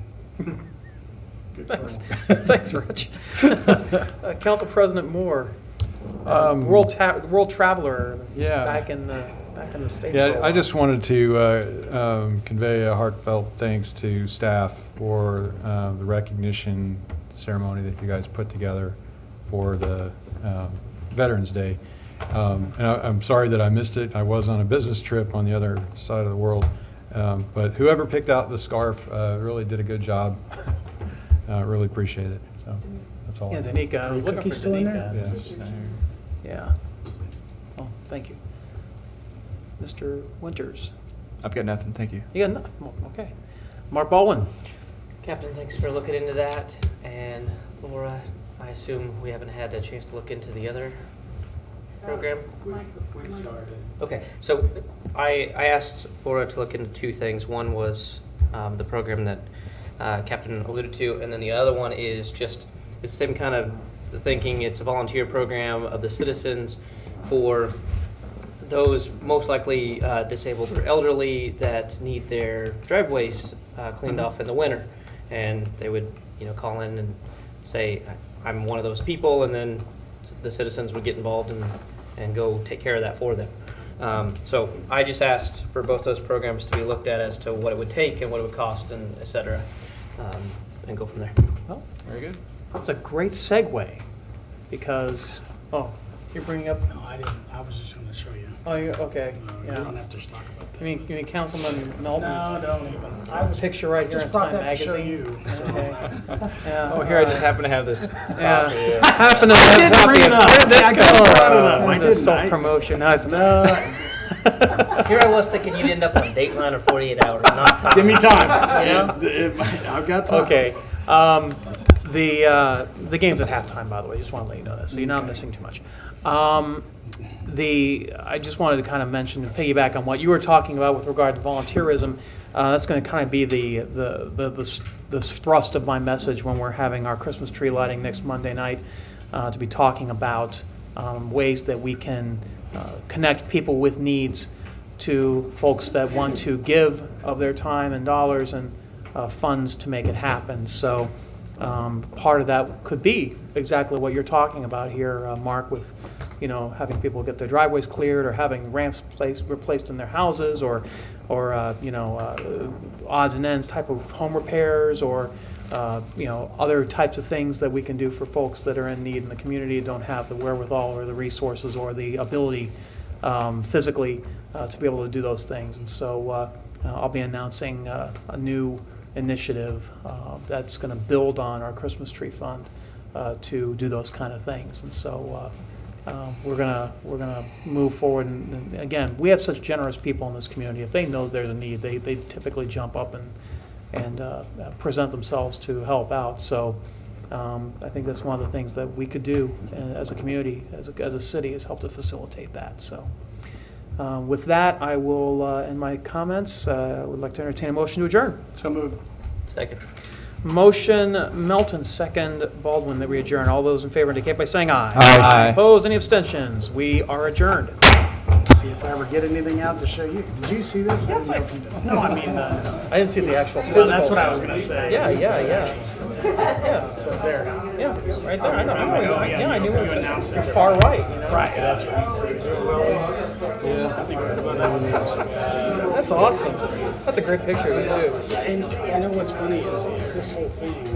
Yeah. All these were individual pictures. Yeah. They splice. I know, it's great. Yeah. Because my kids were looking at it going, how did they get all you guys together? And like, nobody's blinking. It's called Photoshop. Right, that's what I said. Yeah. Far right. He's on the far right. I could put you in there if you want to be in there. I'm sure you could. You know what? He did do some good work today with one of my projects I sent him. And in a timely manner, too, Lee. You turned that around. After we left, I said, hey, can you put this, my Black Friday deal. I was like, I forgot to have this guy put this on there. Can you do that? And he's like, oh, yeah. And he sends it right back. It's like all done. I'm like, oh, nice. That's awesome. All right. Well, thanks, guys. Yeah,